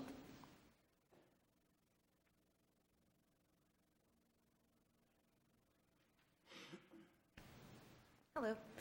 My name's Lindsay Silva. I'm born and raised here in Lompoc, and I helped open Native Tongue with my family, and I just wanted to specifically speak to the business environment again. I would really implore you guys to be a lot more business friendly, and the fact that it took us over 5 years to even open, and it was mainly because of permitting and a lot of just loopholes we had to go through on things that should be very easy and very approachable. I would really implore you guys to be more approachable on more businesses in general, and maps like the one that you guys showed, I believe, just kind of give further restrictions and don't really help with that business-friendly environment you guys are trying to achieve. Thank you. Thank you, ma'am. Anyone else? Okay, seeing no one rise, we're going to close public comment, bring it back to the council. Just a real quick comment. One of the first speakers asked if it's too late to make it completely illegal. Yes, it is too late to make it completely illegal. Prop 64 says that people are allowed to smoke medical marijuana, personal use, and they can grow up to 6 plants inside their homes. So that's the minimum that we'd have to have. Anything else above and beyond that, we have the discretion to allow or disallow. So, okay, comments from the council. Councilmember Vega. Yeah, as being part of the subcommittee and the ad hoc committee that came through with this, after seeing the map, it looks like it's very restrictive. And maybe it is state law, so I think I'd like to change my position as far as free market versus restrictive enterprises, because I do believe in free market as far as business entities. It's me being a business owner myself. I think that we should probably allow the business entities to manage itself as far as that goes, okay? It'd be just like any other business that ran a separate business. If there's too many, somebody's going to go out of business. Unfortunately, that's the way it is, okay?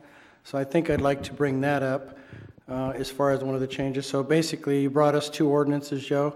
So I think I would be one of these with a consensus from the council to go with the free market one. Other people may have comments, but I wanted to bring that up right now and see what the rest of the council thought about that. Anyone else? Councilman Mosby. I would go along with your suggestion. Councilman Vega. Would that take a motion, or would that just take a consensus for that? Which one we want to go with here, Joe? If you're ready to introduce an ordinance, you'd be introducing the one that at the top of the ordinance it says without limitation. It'd be that ordinance. So it'd be attachment 2. Okay, just let me repeat what you're just saying here. Okay, I'd like to introduce the ordinance without limitation is what I'd like to do. So you want to make a motion introducing attachment number 2 as the ordinance with those amendments that I suggested be made tonight. The amendments to labeling, the amendments to that split infinitive, and the addition of as part of a for-profit and non-profit business. Now, are these additions that you add, are these part of the state ordinance also, or the state part of it, or are these additions? The things I'm adding tonight?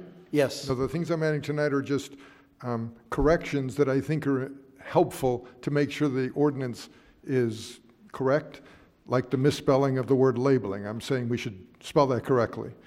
The split infinitive, I know that's my nit, but the split infinitive to say not to not as opposed to not to on subdivision 936-040D. And then the last change I'm suggesting tonight is adding to the definition of commercial cannabis activity something that says a commercial activity is one that is part of a for-profit or non-profit business. Okay. That's what I want to do here. So we're going to introduce the ordinance that doesn't have limitations.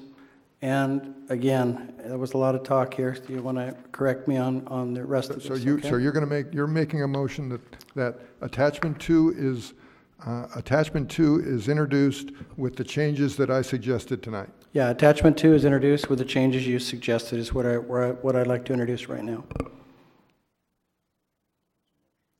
That is my motion. Councilmember Mosby.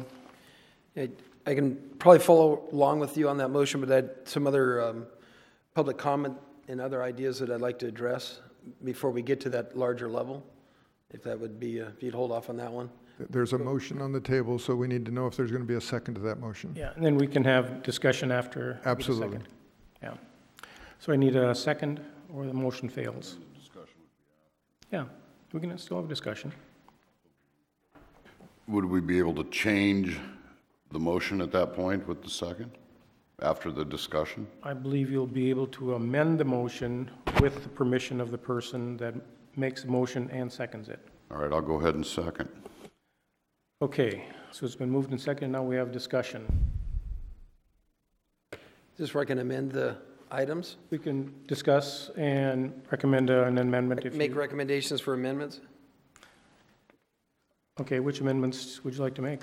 Well, and maybe the chief can help me out with this, because there was a statement made about a 3-strike law, and I could see where potentially if somebody had a crime issue they wanted to call on, but if they understood they had 3 in 12-month period, then maybe people aren't going to report a crime because they don't want to do that. Would that potentially take away from the effectiveness of PD to respond because people aren't going to call? They think that whoever commented on that was spot on with that, but maybe the chief can help us figure out a way to. We don't want people not to be afraid to call you. Councilman Mosby, thank you for the question. That's going to happen anyways. I talked to my friends in Portland, and the proprietors, for the most part, don't call unless there's a violent crime or a crime that's not. They absolutely have to call us on. You know, the things like, I think they're worried about, you know, somebody says, I don't like the marijuana smoke, you know, I don't want to smell it. You know, we're not going to be petty. I'm looking at the bigger things, you know, the bigger problems that we can have at the dispensaries. That would probably be a strike. You know, bad business practice. So is there some, I guess then for the city attorney, is there something that could be incorporated in there that has the stronger, because right now the way it says is you have 3 or more actual disruption in a 12-month period. This one here is if the free passage of a person or vehicle in a neighborhood is reported to any law enforcement code. And then we have the other one here that says with 3 that results in 3 or more responses from any law enforcement or city code enforcement. So that's just as responses. So I mean, is there something that could be more than responses? All that's doing, first of all, that's in there because you had wanted, the council majority wanted to have a couple of provisions from Lake Shasta ordinance included, and that's what that is. And with regard to what the police chief may do, this is not, those sections are not sections for the police chief to decide whether or not to revoke something. Those are whether or not it's going to be reported to the code enforcement officer and some enforcement action is going to be taken against the cannabis activity based on those. So are you saying that your concern is that the police chief would rely on those, or your concern is you want to change what code enforcement could do? Well, because it says if there is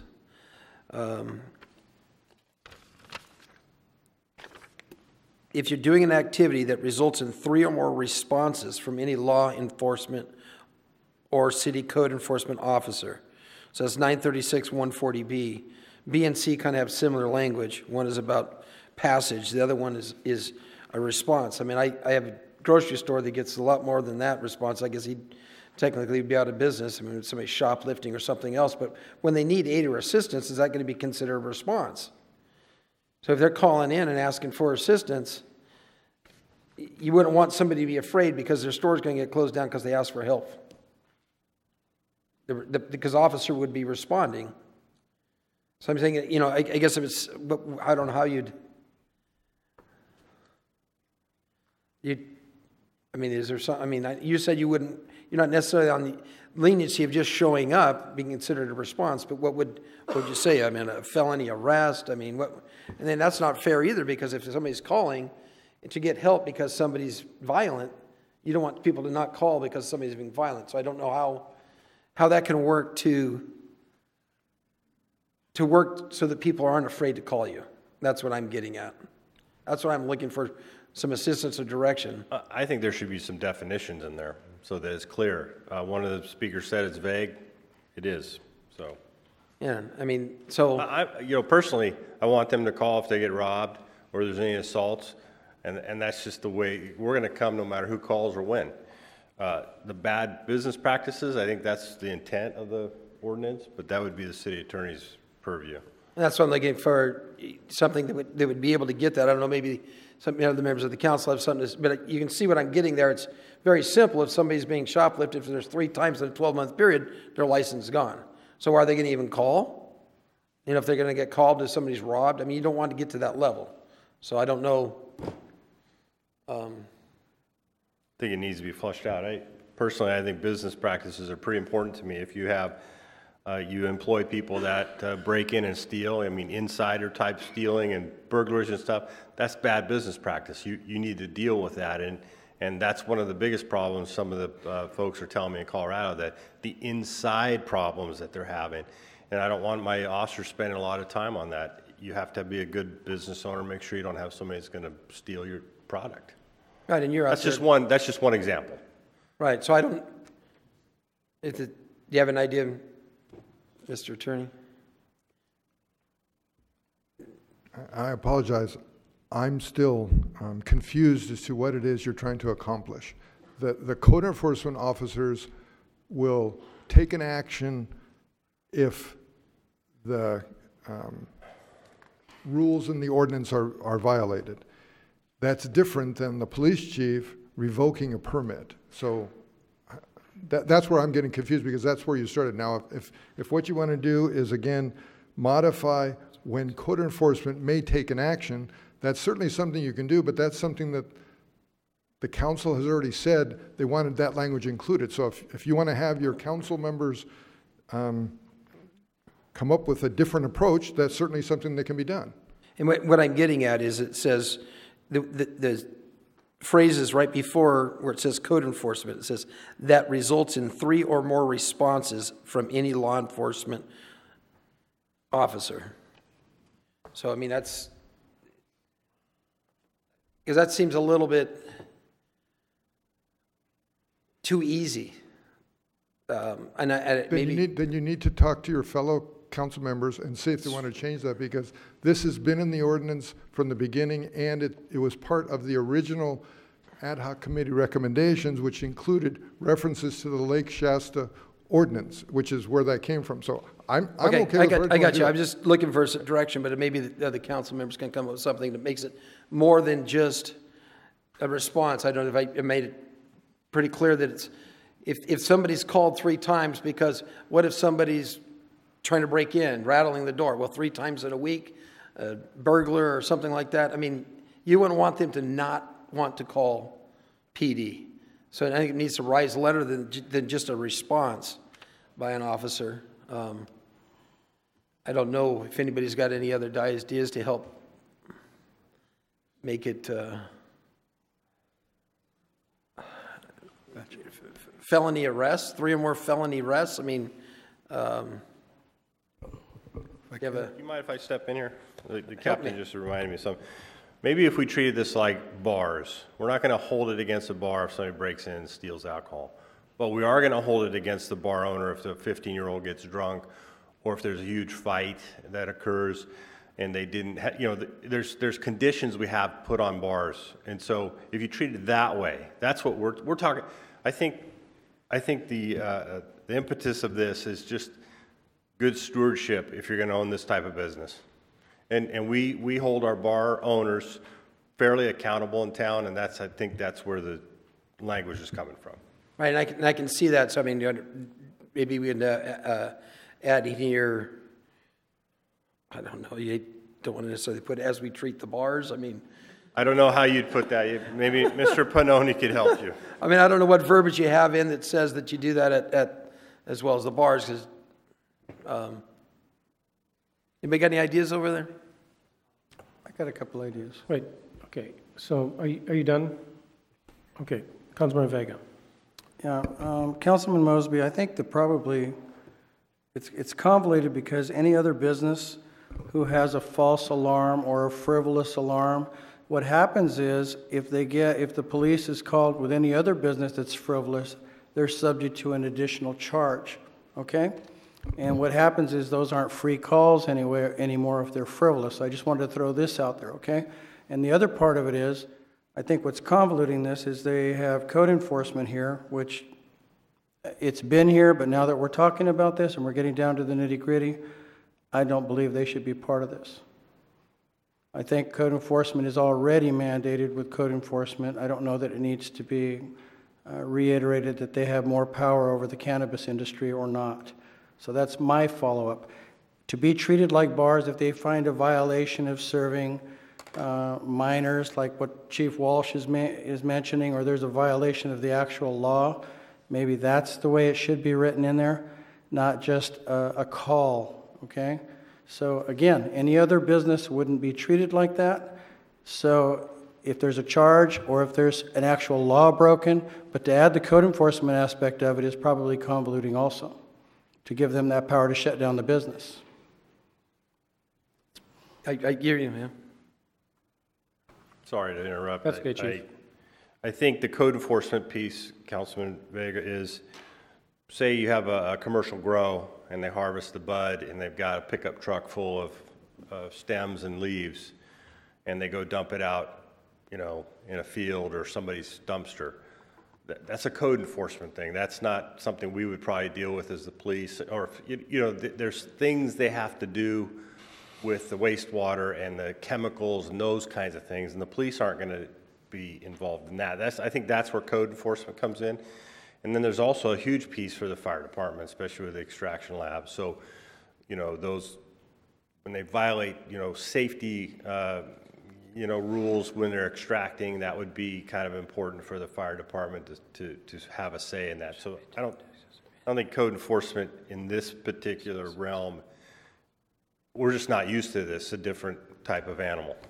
I think, Chief, that the verbiage is incorrect here, saying any 3 calls, police, what does it say here? It says law enforcement or city code enforcement. So the 3 rule could be a combination of whatever, okay? And that's one of my issues, okay? It could be the code enforcement 2 times and you guys 1 time, and then these guys are in violation. I think it's too vague and too open. So I agree with you that there is another aspect to this. Just trying to filter it out. Thank you. Okay. Councilman Vega, are you? Are we still dealing with this thing, or can we interject anything else, or what are we doing? Do we need to solve this? I think we need to solve it. I think. Okay, well, we need to go to a place, and I'm with you on this, but I think we need to go to a place where we can solve it and maybe give the city attorney some verbiage and either take it out or leave it in. I don't like the way it's written. It's too vague. I think if any business owner had that on them, we should have caught this before, but again, this is why we're here. So I'm still waiting for direction for an amendment to the motion.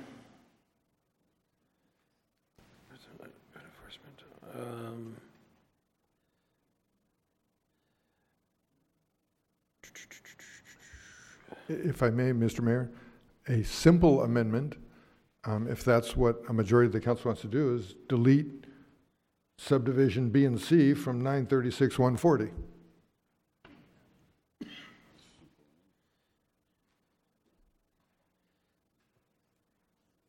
And I think there's enough teeth in there otherwise as well that can get it, so. And again, it's something that could be added back later as well, as we see. And we still have that line in there which allows us at any time to bring something back as well. So a simple solution is eliminate B and C. Okay, so you'd like to amend the motion? Actually, if the maker of the motion would be willing to amend the motion to delete B and C from 936-140, that could be done, and then the seconder could agree to that, and then we don't have to go through the amendment process. Okay. Well, give him a second. Can we do that? I was the seconder, and I will agree to that. Okay, and you're the motion maker. You agree to it? Yes, sir. And the second agrees to it. Okay. Councilor Mosby. Okay, I had two other statements were made.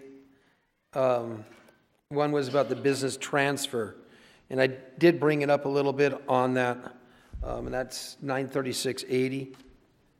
And if somebody has a business established and you have the use license, you can't transfer the use license. But if somebody else has a qualified use license, you'd like the person to be able to recapture and sell their business if somebody has the qualified. If they've established and built up and they want to just retire, shouldn't they be allowed to transfer to somebody who's gone through all the qualifications and got the use license? So I believe that language should be allowed to happen. You can't just transfer to anybody, but it has to be somebody who's got a so that way if somebody has, like I said, all the gone through their whole time frame, built up their whole cases and safes and camera systems, they should be able to retire and sell their business to somebody who qualifies for the transfer and has the use license to qualify. So that's, I did make mention of that before, kind of let it go. I know we're bringing it back, but that's again why we're bringing it back. And it states in here, where was it? 3680A4. It's 080F. 080F? NG.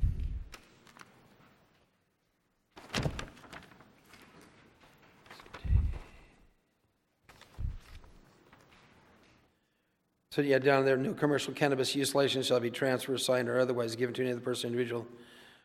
And I think that should be erased. It already has to go through. It already has to have an approved use. I don't think that make it either eliminated. You say no commercial cannabis use license shall be transferred to anybody not obtaining a use license. If I may, that actually is, it's not necessary to say that because any individual, and remember, the licenses are only going to be able to be given to individuals, not to corporations. So the holder of the license is going to be a human being. Okay. And if one human being wants to sell his business to another human being, then the buyer human being will go through the process, get approved for a license, and then he can buy the license, not buy the license, buy the business, but the license isn't being transferred. It's like any other deal where you have an escrow and you have certain conditions that have to be met before you have to buy the property. Sometimes when real estate is bought, there's a contingency that says, I'm not going to buy it unless I have a development approved. It's that kind of a process. So I don't believe there's a prohibition to someone being, this doesn't create a prohibition that wouldn't allow someone to sell their business. It just means before they can sell it, the person they're selling it to has to have their own license for that, to operate that business. All right, I withdraw the question on that one, then you answered it well, thank you. The other is the 936-130, and that's the 45-day. I know we threw that around, but it is very difficult, and I was thinking that if you had all four walls and everything great and ready to go, you probably could get your business open in 45 days. But if somebody's having to do modifications and do improvements, it could take significantly longer. But we based on the comments last time, we changed that so that the 45 days now runs from when the final inspection has already been granted. So all the work's been done. Yeah, 936-060 covers that. All right, so that should answer the other guy's question. You're just going to have to work 24-hour shifts and get it done. All right, well, I'll retract all the other comments on that and just stay with the original ones that you already got a second on. Councilman Starbuck. Okay, as a seconder, I think the speaker was Crystal Reyes, was speaking that the product supply chain, including the sites of cultivation, processing, et cetera, was already included in the state law. Is that something that we would need to require as a city? That would be under 936-070 G and H. You don't need to require it. You discussed it last time, and there was no majority to take it out, so that's why it's still here.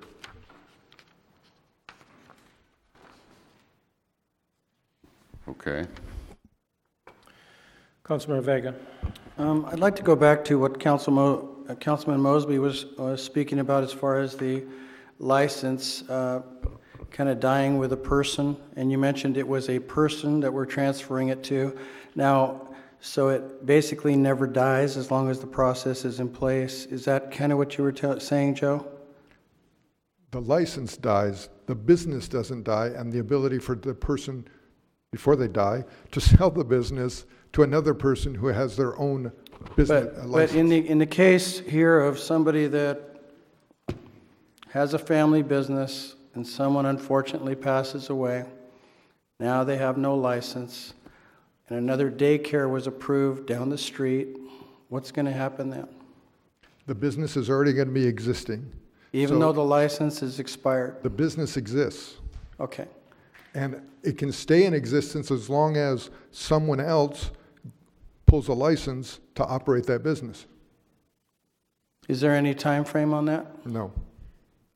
One of my other issues... What's that? I think there's something in here that says that an operation can't stay stagnant for some period of time. Let me say. I remember we had it 3 days, which was unreal. I don't know, what did we end up making that? 30 days? Seems to be that 30 days would be unfair in that unfortunate circumstance, because if someone passed away and they had to have a funeral and have everything going, I don't think their mind's going to be there on transferring or saving their businesses, especially if the main business owner had passed. It's one of my questions here, to be fair, because, you know, there's going to be a substantial investment in everything here. You'd hate to have that fear factor there and you lose all your investment. And what if you put $1 million into one of these commercial buildings, which is really easy, especially if you bought the building, okay? Even if you purchased the building, you wouldn't want that business to be in jeopardy because of someone being left and they really don't know how it works, okay, as far as the paperwork process through the city. I'm looking at the unfortunate circumstances, which I know is not typical, but it does happen. I've seen this in the construction industry, where the husband passes, he had the license, and the wife had to take over. last time, we made a change. The original way it was drafted, it can't be closed for 3 consecutive workdays, and you changed that to 30. Does that, in this instance that I'm painting over here, is 30 days still going to be the precedence for all that, Joe? Yes. So we have 30 days for them to make something happen or apply. Or that business could no longer operate there, and someone else would have and to. I'm going to address with the council, okay? You guys, in life, everything's good when it's good. But do you think that's really fair if it was you guys and somebody passed away in your family and you had to transfer the business and you were under the gun for 30 days? I'd like you guys to really look back and address this while we have the opportunity to give somebody a little bit more time in an unfortunate circumstance, especially with the investment that's involved in these businesses. It's not going to be just open. So, Councilmember Vega, you made the motion. You can certainly amend your motion. Well, again, I'm asking because I'm putting myself in somebody else's shoes, okay? That's what we're supposed to do, to see that when the unfortunate circumstances, hey, 30 days, guys. If somebody passes and you guys are going to be there for 30 days and that's going to be it, so not sure. Actually, in rereading that section, there's a qualifier that the 30 days doesn't apply if it's a reason other than one completely outside the control of the individual. And I would say that death is probably outside the control of the individual, so okay. I don't think the 30 days applies. I got you, and that's why I'm asking. I'm just trying to be careful here. Thank you. Any other discussion? Councilmember Osborne.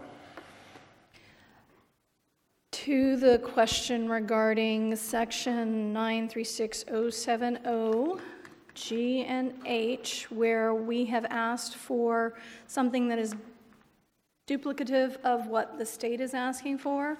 I believe part of the problem for us as a city is that the state is putting it on us to vet everyone first and say, yes, we're issuing you a license locally in order for you to get your state license, despite the state requiring you to do something very similar. So rather than saying, that you have to list all your supply sources and knowing that seed to sale is being implemented and you will have to follow that, I think putting in the term proposed supply sources just so that it's part of your vetting of your business plan and that you have done the research and you do know what you're planning to do because the state's going to require it too because you're going through that licensing process at the same time. I think just changing and adding one word saying the proposed supply sources and proposed product supply chains, because I realize going into a business that until I have a business, I might not get contracts with certain service providers, but I think it's important to say in your business plan that you are doing these are the potential partners you're looking at, or the potential supply chains, and so that we as a community know that you are looking at valid ones in case we do any of the research. So I think just adding proposed works. That's for that. And then under M, we ask about used and disposed of, and then manufacturing methods. And I think for us, we're looking for clarity on whether or not it is volatile or non-volatile. But I think revealing very particular manufacturing methods, if somebody's designing something proprietary and they don't want to reveal that to their competition by it being in our application, is something to be considerate of. So I think we need a little clarification about what we're requesting when we state manufacturing methods. So those are my concerns on that section. As the seconder, I'll go ahead and support that. Oh, we don't have the person that made the motion to agree to it. Yeah. Okay. Where do we need to go with this?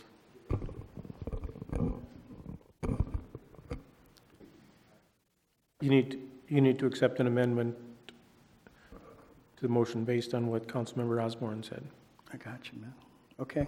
I'd like to propose that we accept the amendment based on what Council went. And just to clarify, that amendment is on 936-070 G and H. We're going to add the word proposed before supply and proposed before product.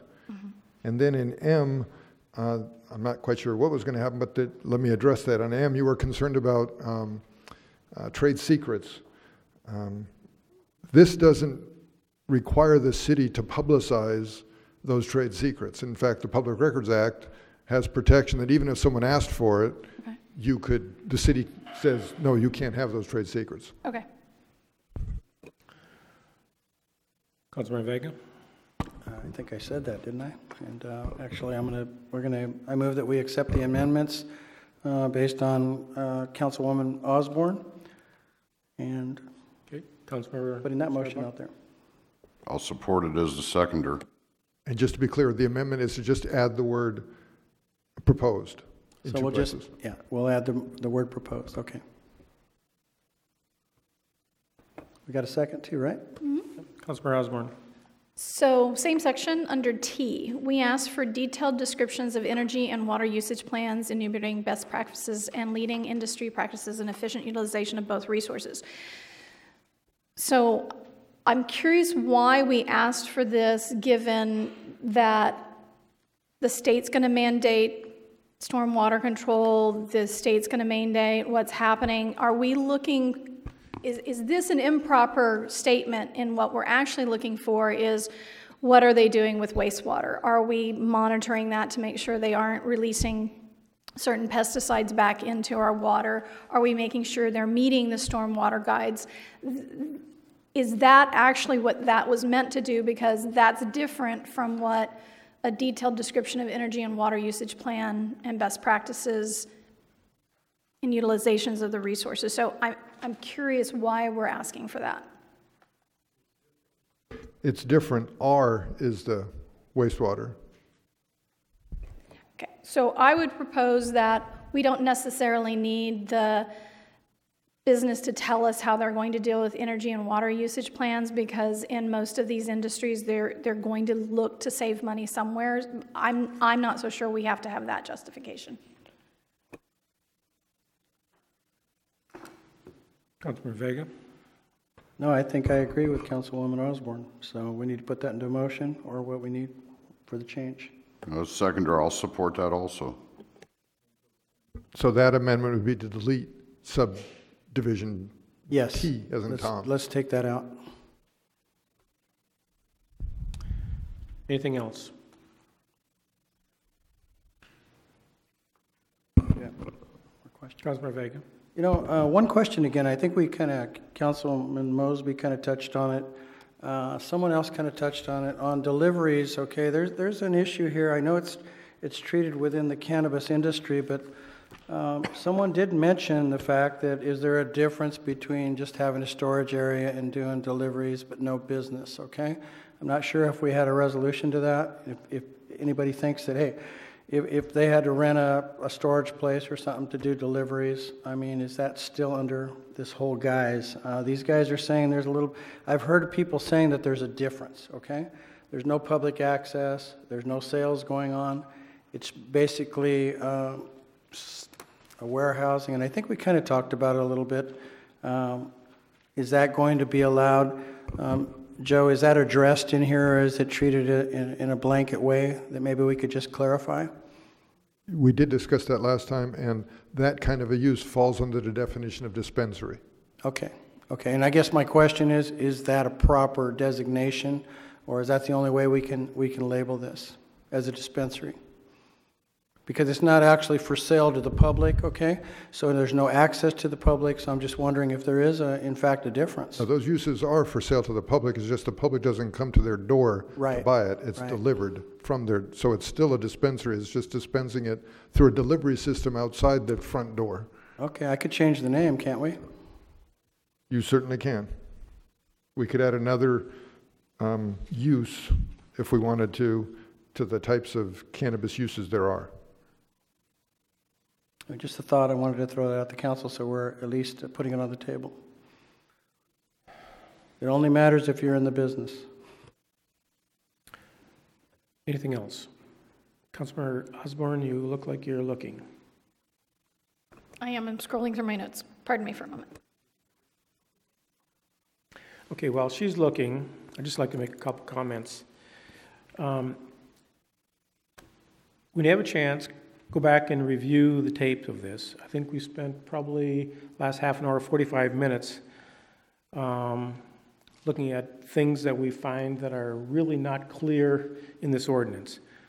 There was many public comments about things that were not clear and concerns. And what we want when we pass an ordinance, we want it to be clear and concise. It's obvious to me that with public comment and with the discussion we've had, that we are trying to push an ordinance through that is not clear and concise. We don't have the answers. Every time we bring up another issue, oh yeah, let's go back to that, let's go back to that, this. I want to remind everyone that we are not under a limit. We do not have to pass this ordinance tonight. We don't have to pass it in 2 weeks. We don't have to pass it at the end of the month. We have an ordinance in place right now that the state is not going to come in and say, okay, now we take over. We have an ordinance, okay? We can pass, if we want to redo our ordinance similar to this, we can do it next month. We can do it in December. We can do it in January. Do we really want to rush this thing through and make some mistakes? There's a lot of issues that we've come up with on this ordinance just in the last half an hour, 45 minutes. I still believe that we have not heard from some of the really necessary departments in this. We have not really heard from the fire department. We have not heard from the police department. They were not involved in this thing, so I have some real concerns about that. We have not even heard from anything from Parks and Recreation. We all had an email today from the public about the definition of locked space. We're going to be allowing, according to this ordinance, we're going to be allowing outdoor grows. Have we defined what locked space is? Does it mean just a fence around it? Does it mean in a shed, in a greenhouse? We haven't defined that. Here's other issues with it. If you look at what the county of Santa Barbara did, they took a lot of time. They had every single department in the county looking at their ordinance, participating in the ordinance.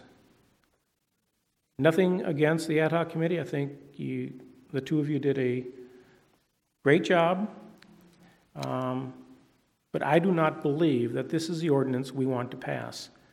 There are way too many questions that you have on this dais. There are still questions that the public has. And like I say, we are not under any time limit. We have an ordinance in place. Let's just make sure we do it right before we do this. So I'm going to urge you to vote no on this motion. Councilmember Vega. I think some of the questions were really good. The public comment, so noted. That's what we need. That's what we're here for. As far as to push it back and the fear factor that other people are going to tell us what to do or tell you what to do. You know, we're the voice for you guys. Okay, I understand the stigma with marijuana. I understand it. I have in my own family that the negative aspects of it or the negative comments that say, hey, are we going to lower the quality of life in our town or not? Okay?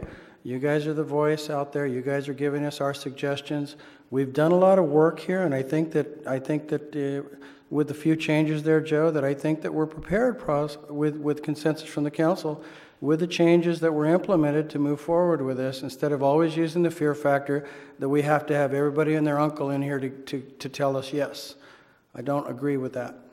So I implore the council to come over here and let's move forward with something here that we think is doable here and make that happen. But then instead of taking the long way out. Councilmember Mosby.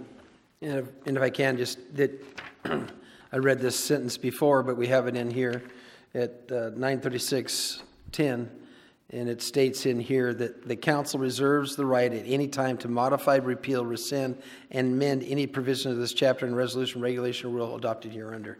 So it's important that we understand we keep that right and we have that. So I think there's a reason why we put that there, but I think it's, I know he's got a second on it, and I think it's time to vote on it. Councilmember Osborne, you're still scrolling.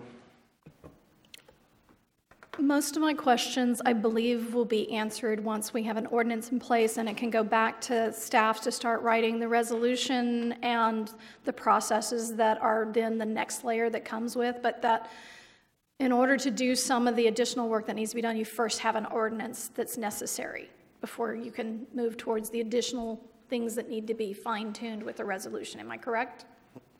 Yes. Thank you. So I'm good. Anything else? Okay, let's vote. And that passes 4-1. Okay, let's take a 10-minute break. Go ahead.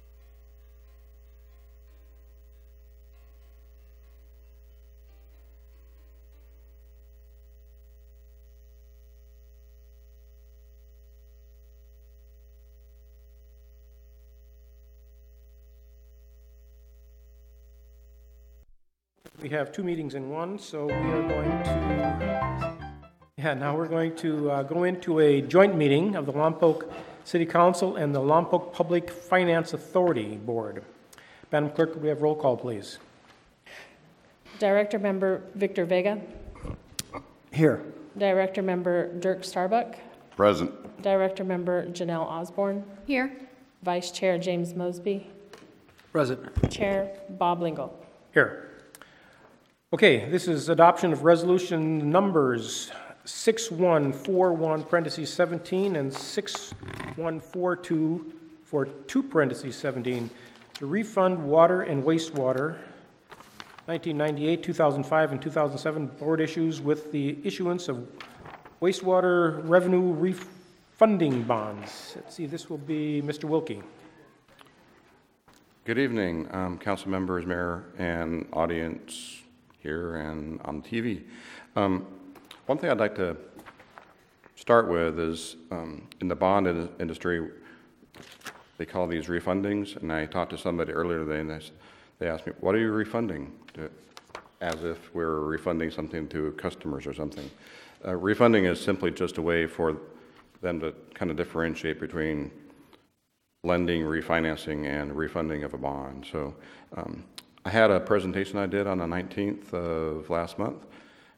Most of the things that we talked about then are still very much what we're talking about tonight. The bonds that we're proposing to be refunding, we're not adding to the maturity dates. Whatever the maturity dates that are existing in the 3 bonds that we have outstanding remain. So we're not increasing the interest over the long term to save interest now. So there are going to be some bonds that actually mature as early as 2022 because they were from a bond issue actually from 1992. So, and then they further drop off in future years as the 98 bonds mature, the 2005 bonds mature, and the 2007 bonds mature. The savings that we were contemplating last time is about the same, and I have a couple slides that are just showing the tables that are coming out of the staff report. This is one of the tables that's, I believe, in possibly the fiscal analysis. And it shows the savings that we'll generate just from payments. That's the nominal savings. And then the net present value savings, which takes into account inflation effectively. So, yes? Are you adding up horizontally? 2 million plus 2.8 equals 3.8 for total?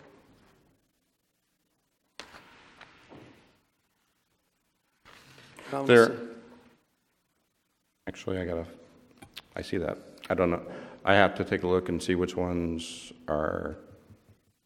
The total, total, should it be 4.8? You have 3.824? Yeah. Top right corner? Yeah, I see what you're talking about, yeah. So, yes. It's off by $1 million? By $1 million. Hey, what's $1 million amongst friends, right? Just, so, you know. I have to kind of step back a little bit. We have 18 attachments to this, so it was quite a big effort to try to get both the staff report and all those items to the point where they can be acted upon tonight.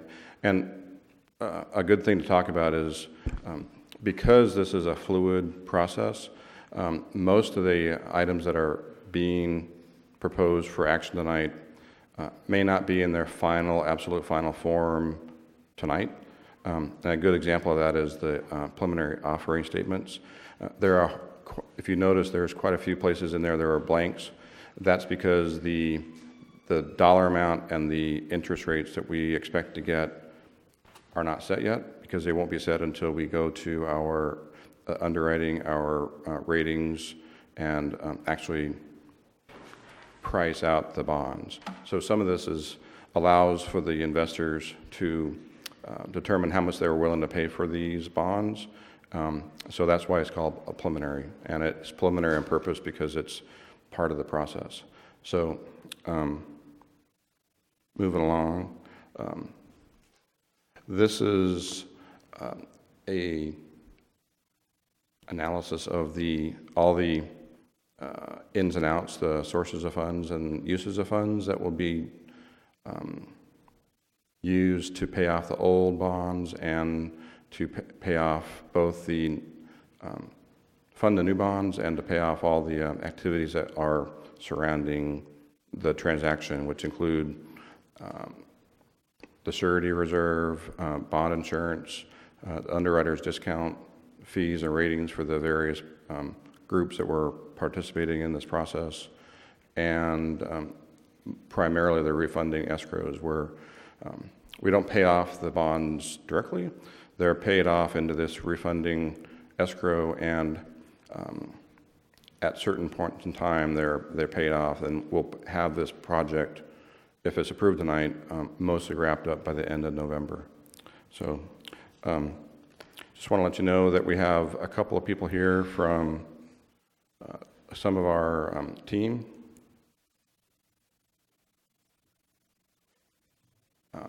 This is a copy of the calendar that I presented last time, and Anita Luck is here from Alshire Wander. She was our bond counsel on this project, and Dan Cox is one of the financial advisors from Cannon Public Finance, and they're primarily the ones that have been assisting us through this process that effectively started about 12 to 15 months ago when we first got to the point where the financials of the two utilities were healthy enough to be able to do this, and the economics of having the bond prices where we could make some significant savings.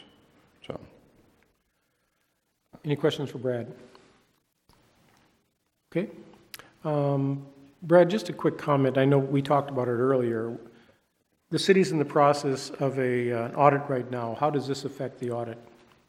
It's actually the other way around. The preliminary offering statements that we have, we had our audit field work the week of October 9th.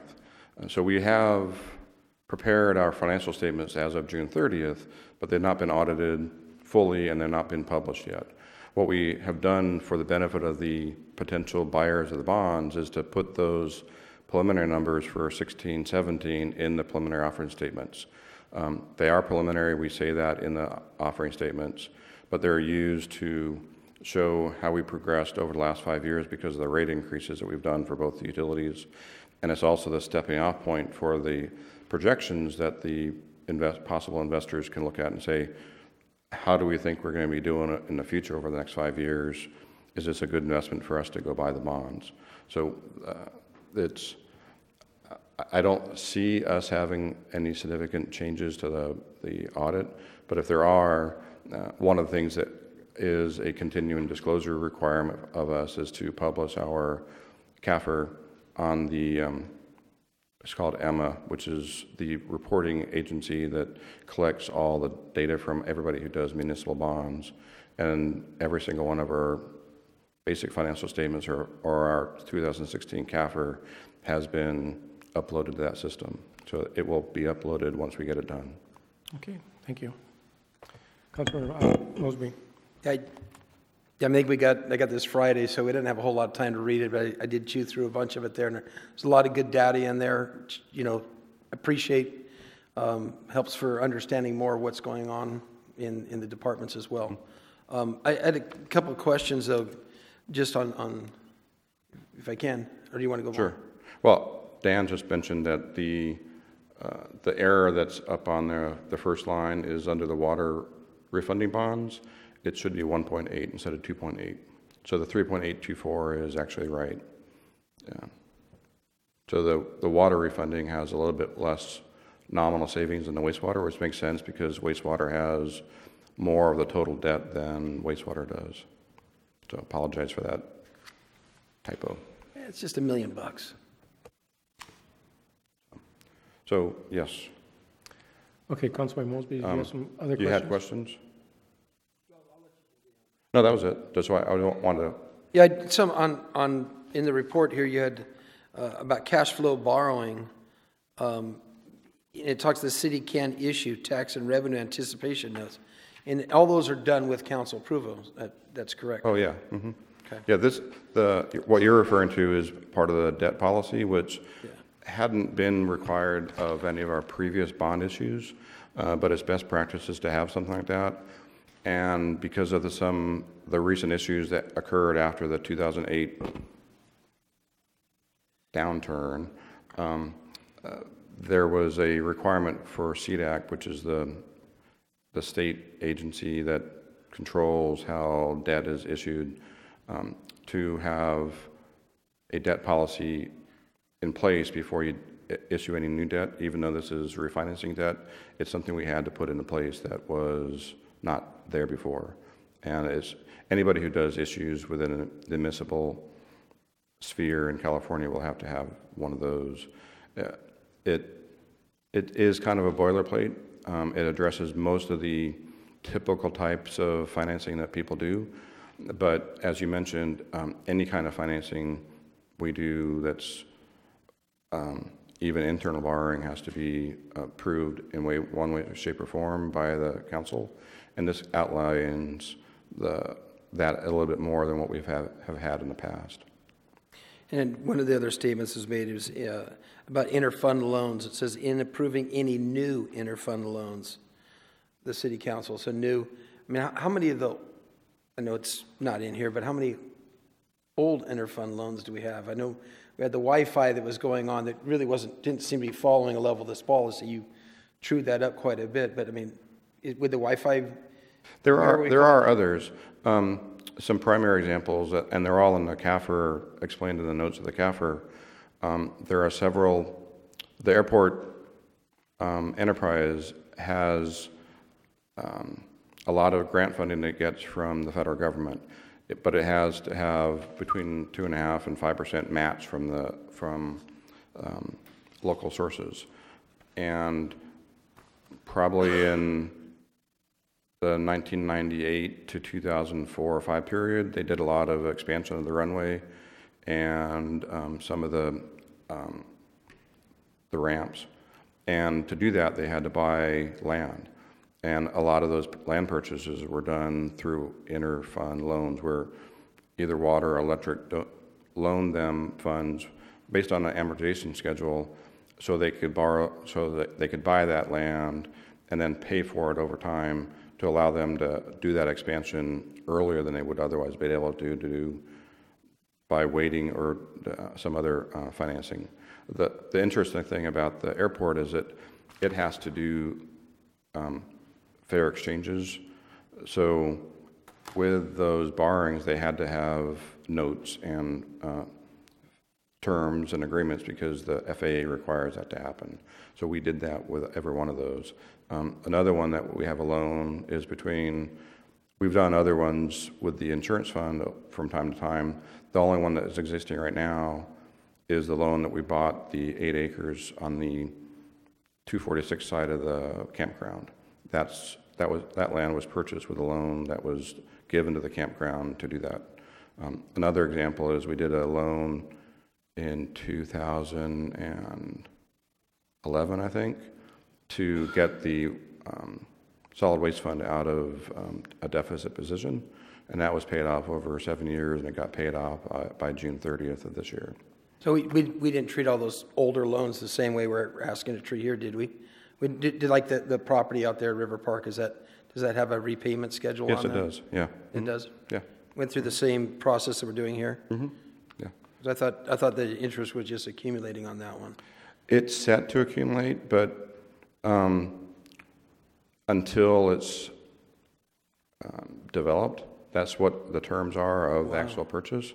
But that enterprise fund has had excess revenues over expenses since about 2009. So instead of just adding the debt over time, that we're amortizing it. So it's that we're reducing the liability of that entity over time. And just one last thing here. It was, where was it?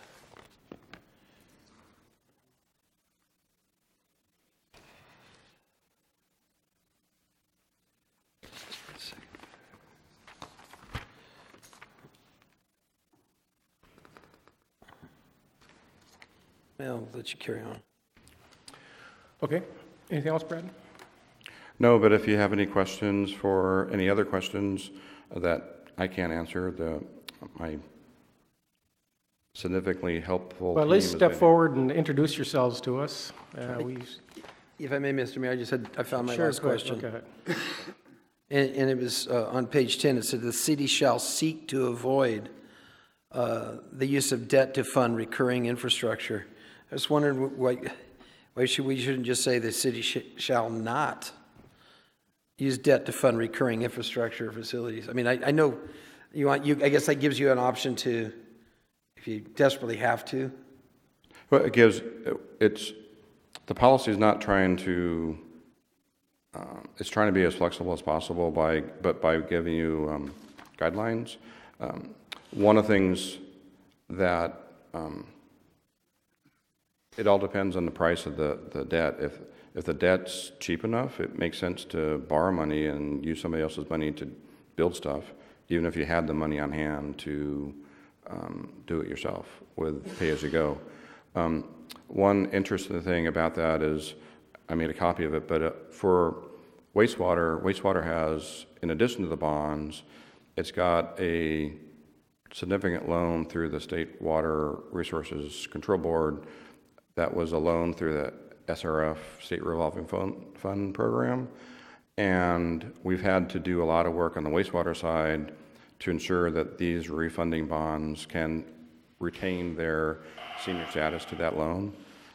One of the things they put into, or I'm pretty sure it's still there, is that any new debt that we issue to do any kind of pipe replacements for wastewater, they're not willing to do that on any kind of new debt obligation. So they would be as superior as any new debt we do for wastewater. That doesn't prohibit from doing it, but it will probably significantly reduce our ability to do something that's cost effective until we do something to either replace the SRF or it's paid off in 2029. So that's one thing to keep in mind. So we're not absolutely limited to pay-as-you-go financing for infrastructure, but it's probably going to be much more cost-effective than trying to find bonds that are equal in status as the SRF. So.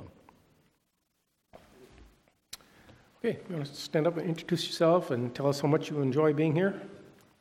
This wonderful meeting. One came from Southern California and one came from Northern California. So. Well, good. So hopefully you're going to be spending the night here in one of our hotels and eating dinner and breakfast tomorrow morning. Well, thank you very much. Honorable Mayor, members of the council, I'm Anita Luck, and I'm with Alsha & Winder, and I acted as bond counsel on this transaction, and I appreciate the opportunity to work with you on this. As you can see, there are lots of documents associated with this transaction, and I'm glad you had a chance to go through them, or at least some of them, that describe all the terms of the transaction.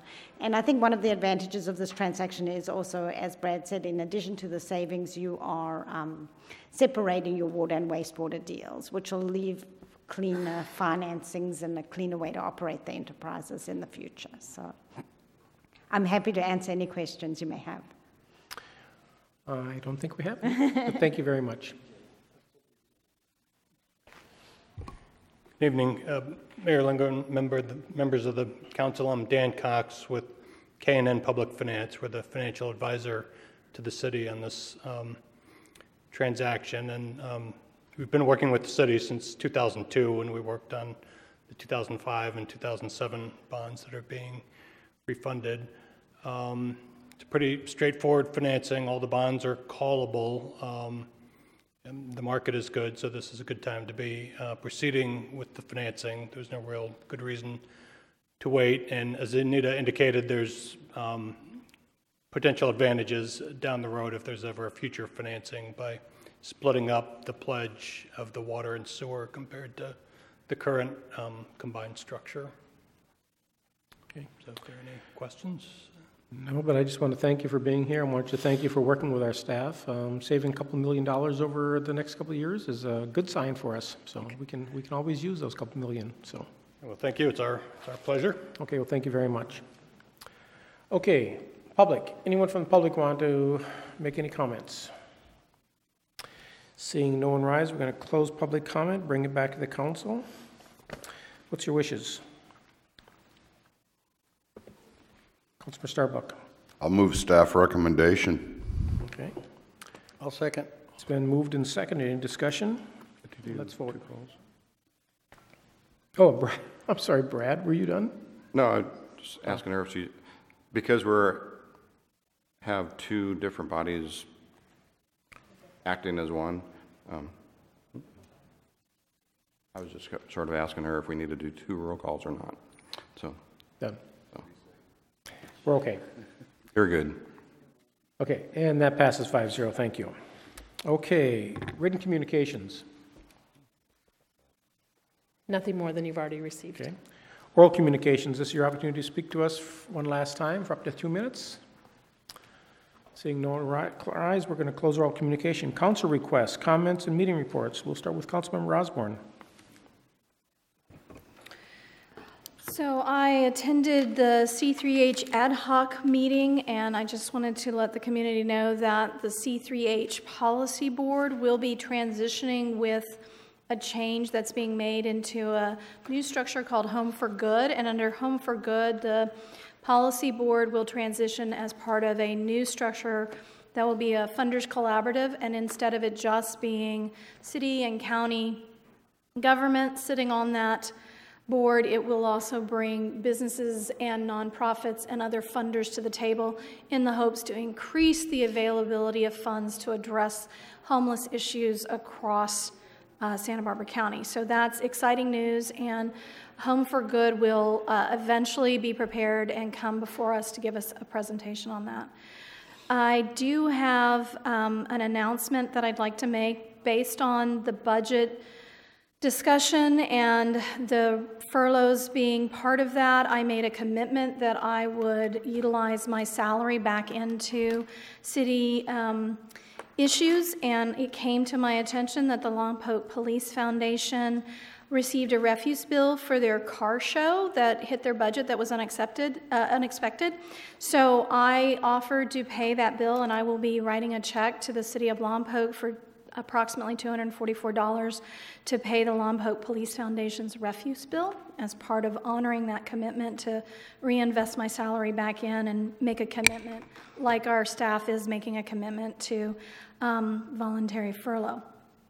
My first request that I'd like to make of council is that I know that the reimbursement fee study had an ad hoc group that was to have been meeting and come forward with a report that formed before I was elected to council. I also have questions, but before I begin to ask those questions, I'd like to have that ad hoc group come back and report out, even if they aren't in agreement, where they stand and what recommendations they have, and reopen that discussion, because again, I have my own set of questions about that. So I'd like support on that council request. Okay, let's do that one first. I'll just kind of reply here that due to the budget and the time involved in that, we had not worked on the ad hoc since then. There is still a few issues to iron out there. But will you give her a second, and Councilor Mosby, you were on that as well, a second and a third, saying just you'll come back and bring it up for discussion? Is that what you want? I'd like to, yeah.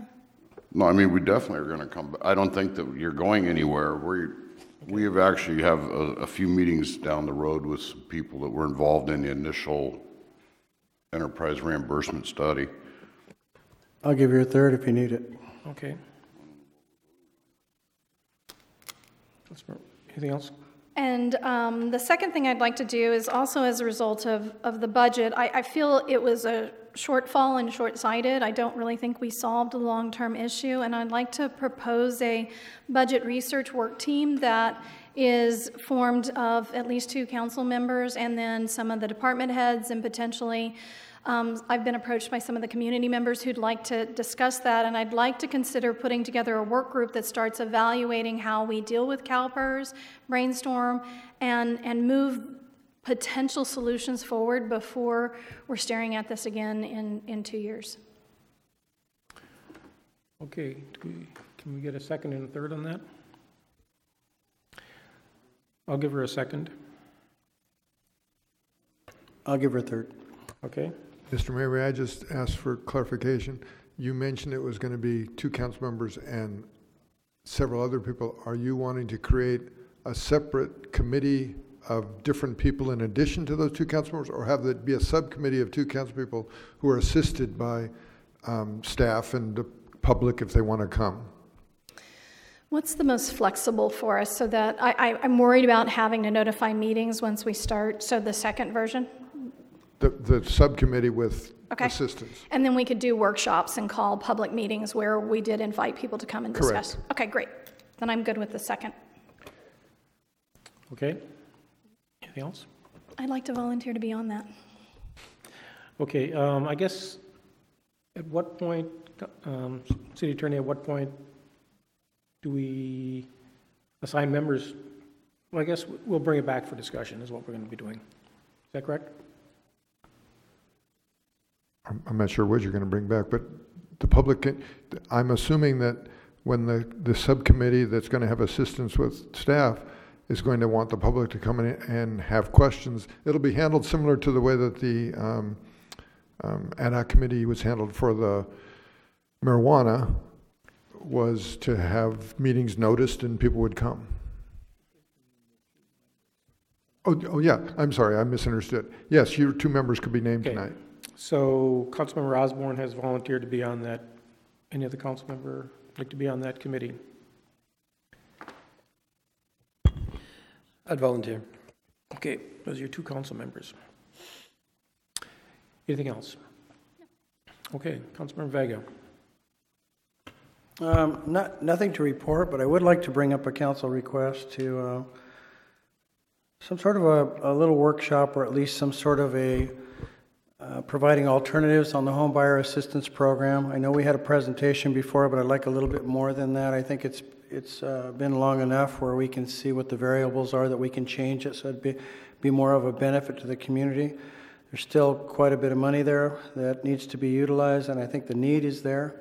So if we could, I'd like to kind of request that the home buyer assistance program with Christy Alicorn and maybe the people helping people can come back with a couple of, we can have some sort of get together where we can come back with a couple of ways to make it a little bit even more available to the public. Okay, does he have a second and a third on that? I'll second him. I'll third. Okay. That's it. Councilor Mosby.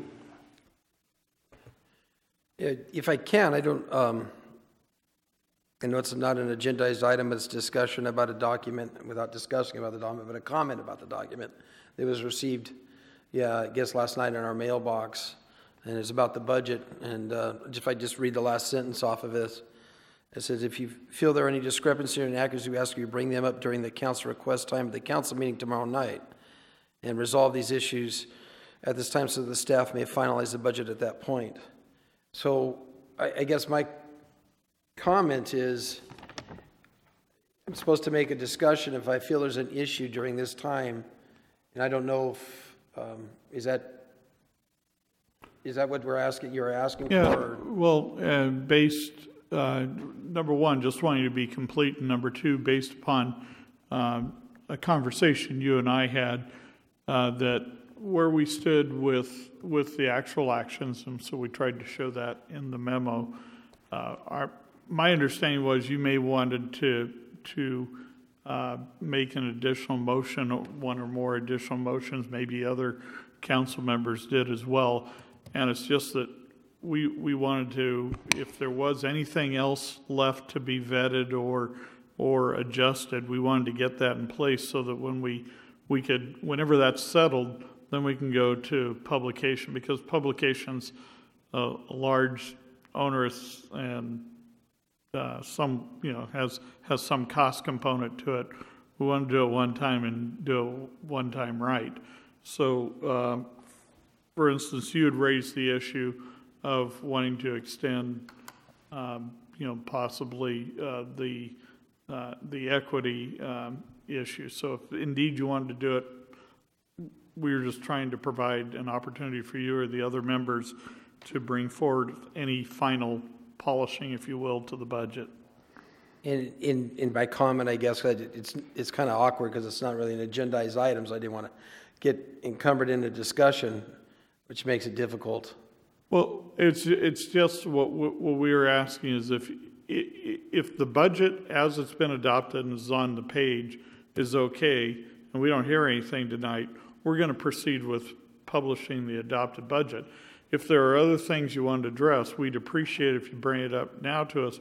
We'll bring it back next meeting with an agenda item, and then you'll be able to hopefully resolve it at that time, and then we'll finalize the budget print after that. Okay, so I'll make it as a comment that I believe there was 2 items that I discussed with you. One was that it occurred at the last of August, I believe it was August 24th meeting. I think it was approximately the 58th minute, plus or minus, involved in there, that we'd suspended all equity pays. And whether they were general fund or not, all equity pays were suspended. I believe we didn't take a red and green light vote on it, but I think we had a consensus to suspend them all. It was the next day I came in, and after thinking about it that night, I realized that not all of them were general fund.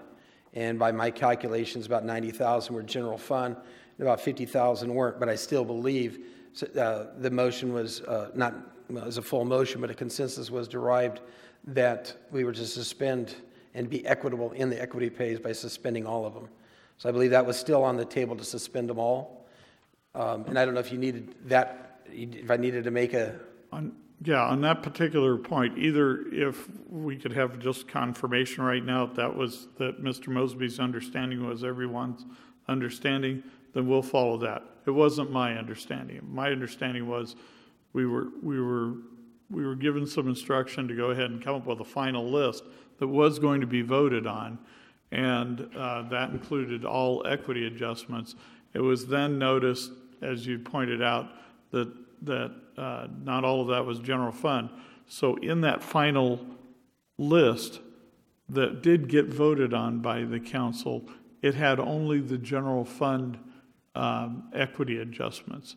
So if, from my standpoint and understanding, what you voted on, which is based on what happens when we run the vote up on the board, then right now, as we stand, it's only the 90,000 that has been removed from the budget, not the 140,000 or thereabouts.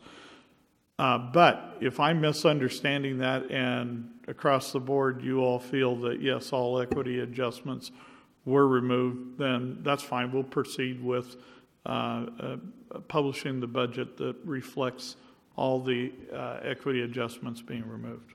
And I believe again on August that we had made as such, and my intention was to carry forward with being equitable in the equity pays and suspending them all. So did I make that as a motion to try to get 2 other people to come along with? No, we can't make a motion tonight, but each of the other 4 council people can say if their recollection is the same as Mr. Mosby's or the same as Mr. Weimiller's, then we don't need a motion. If you need to discuss it because you aren't sure, we need to put it on agenda.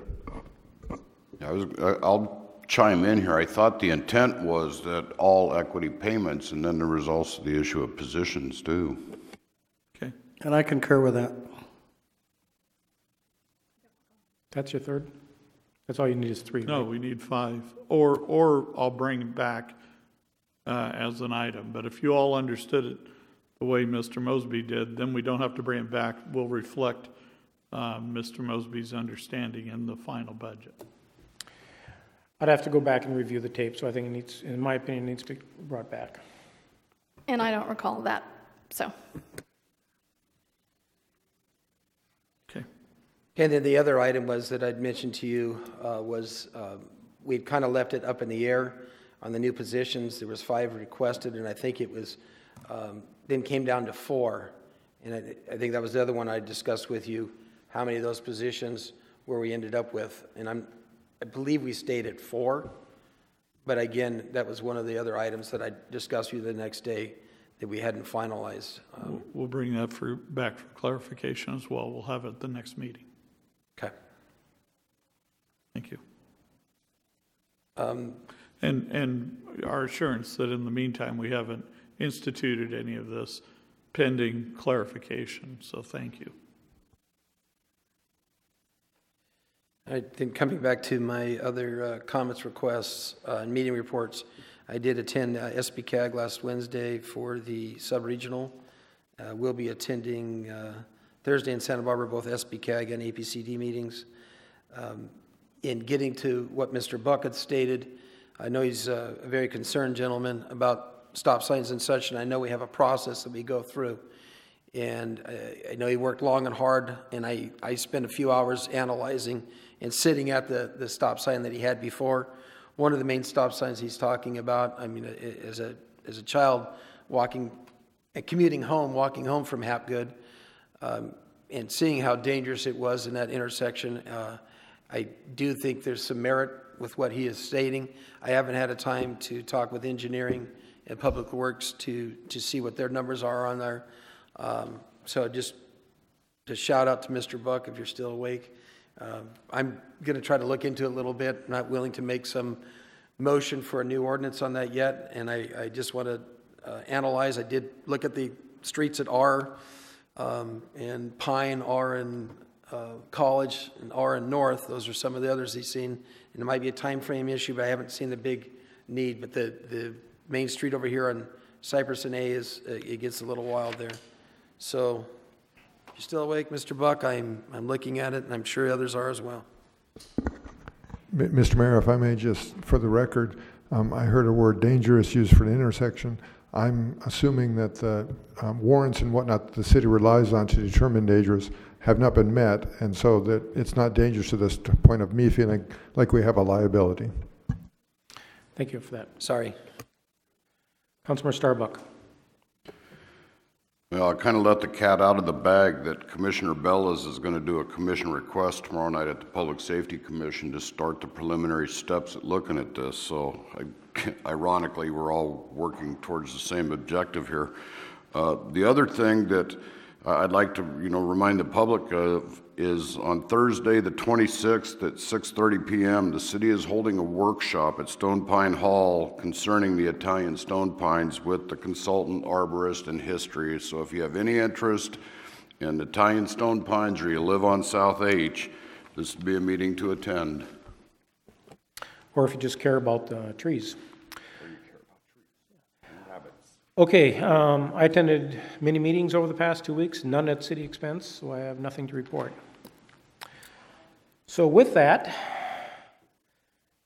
this meeting, the Lompoc Public Finance Authority Board will adjourn without a scheduled meeting date, and the Lompoc City Council will adjourn to its regularly scheduled meeting, 6:30 p.m. on November 7th, 2017. Thank you and good night.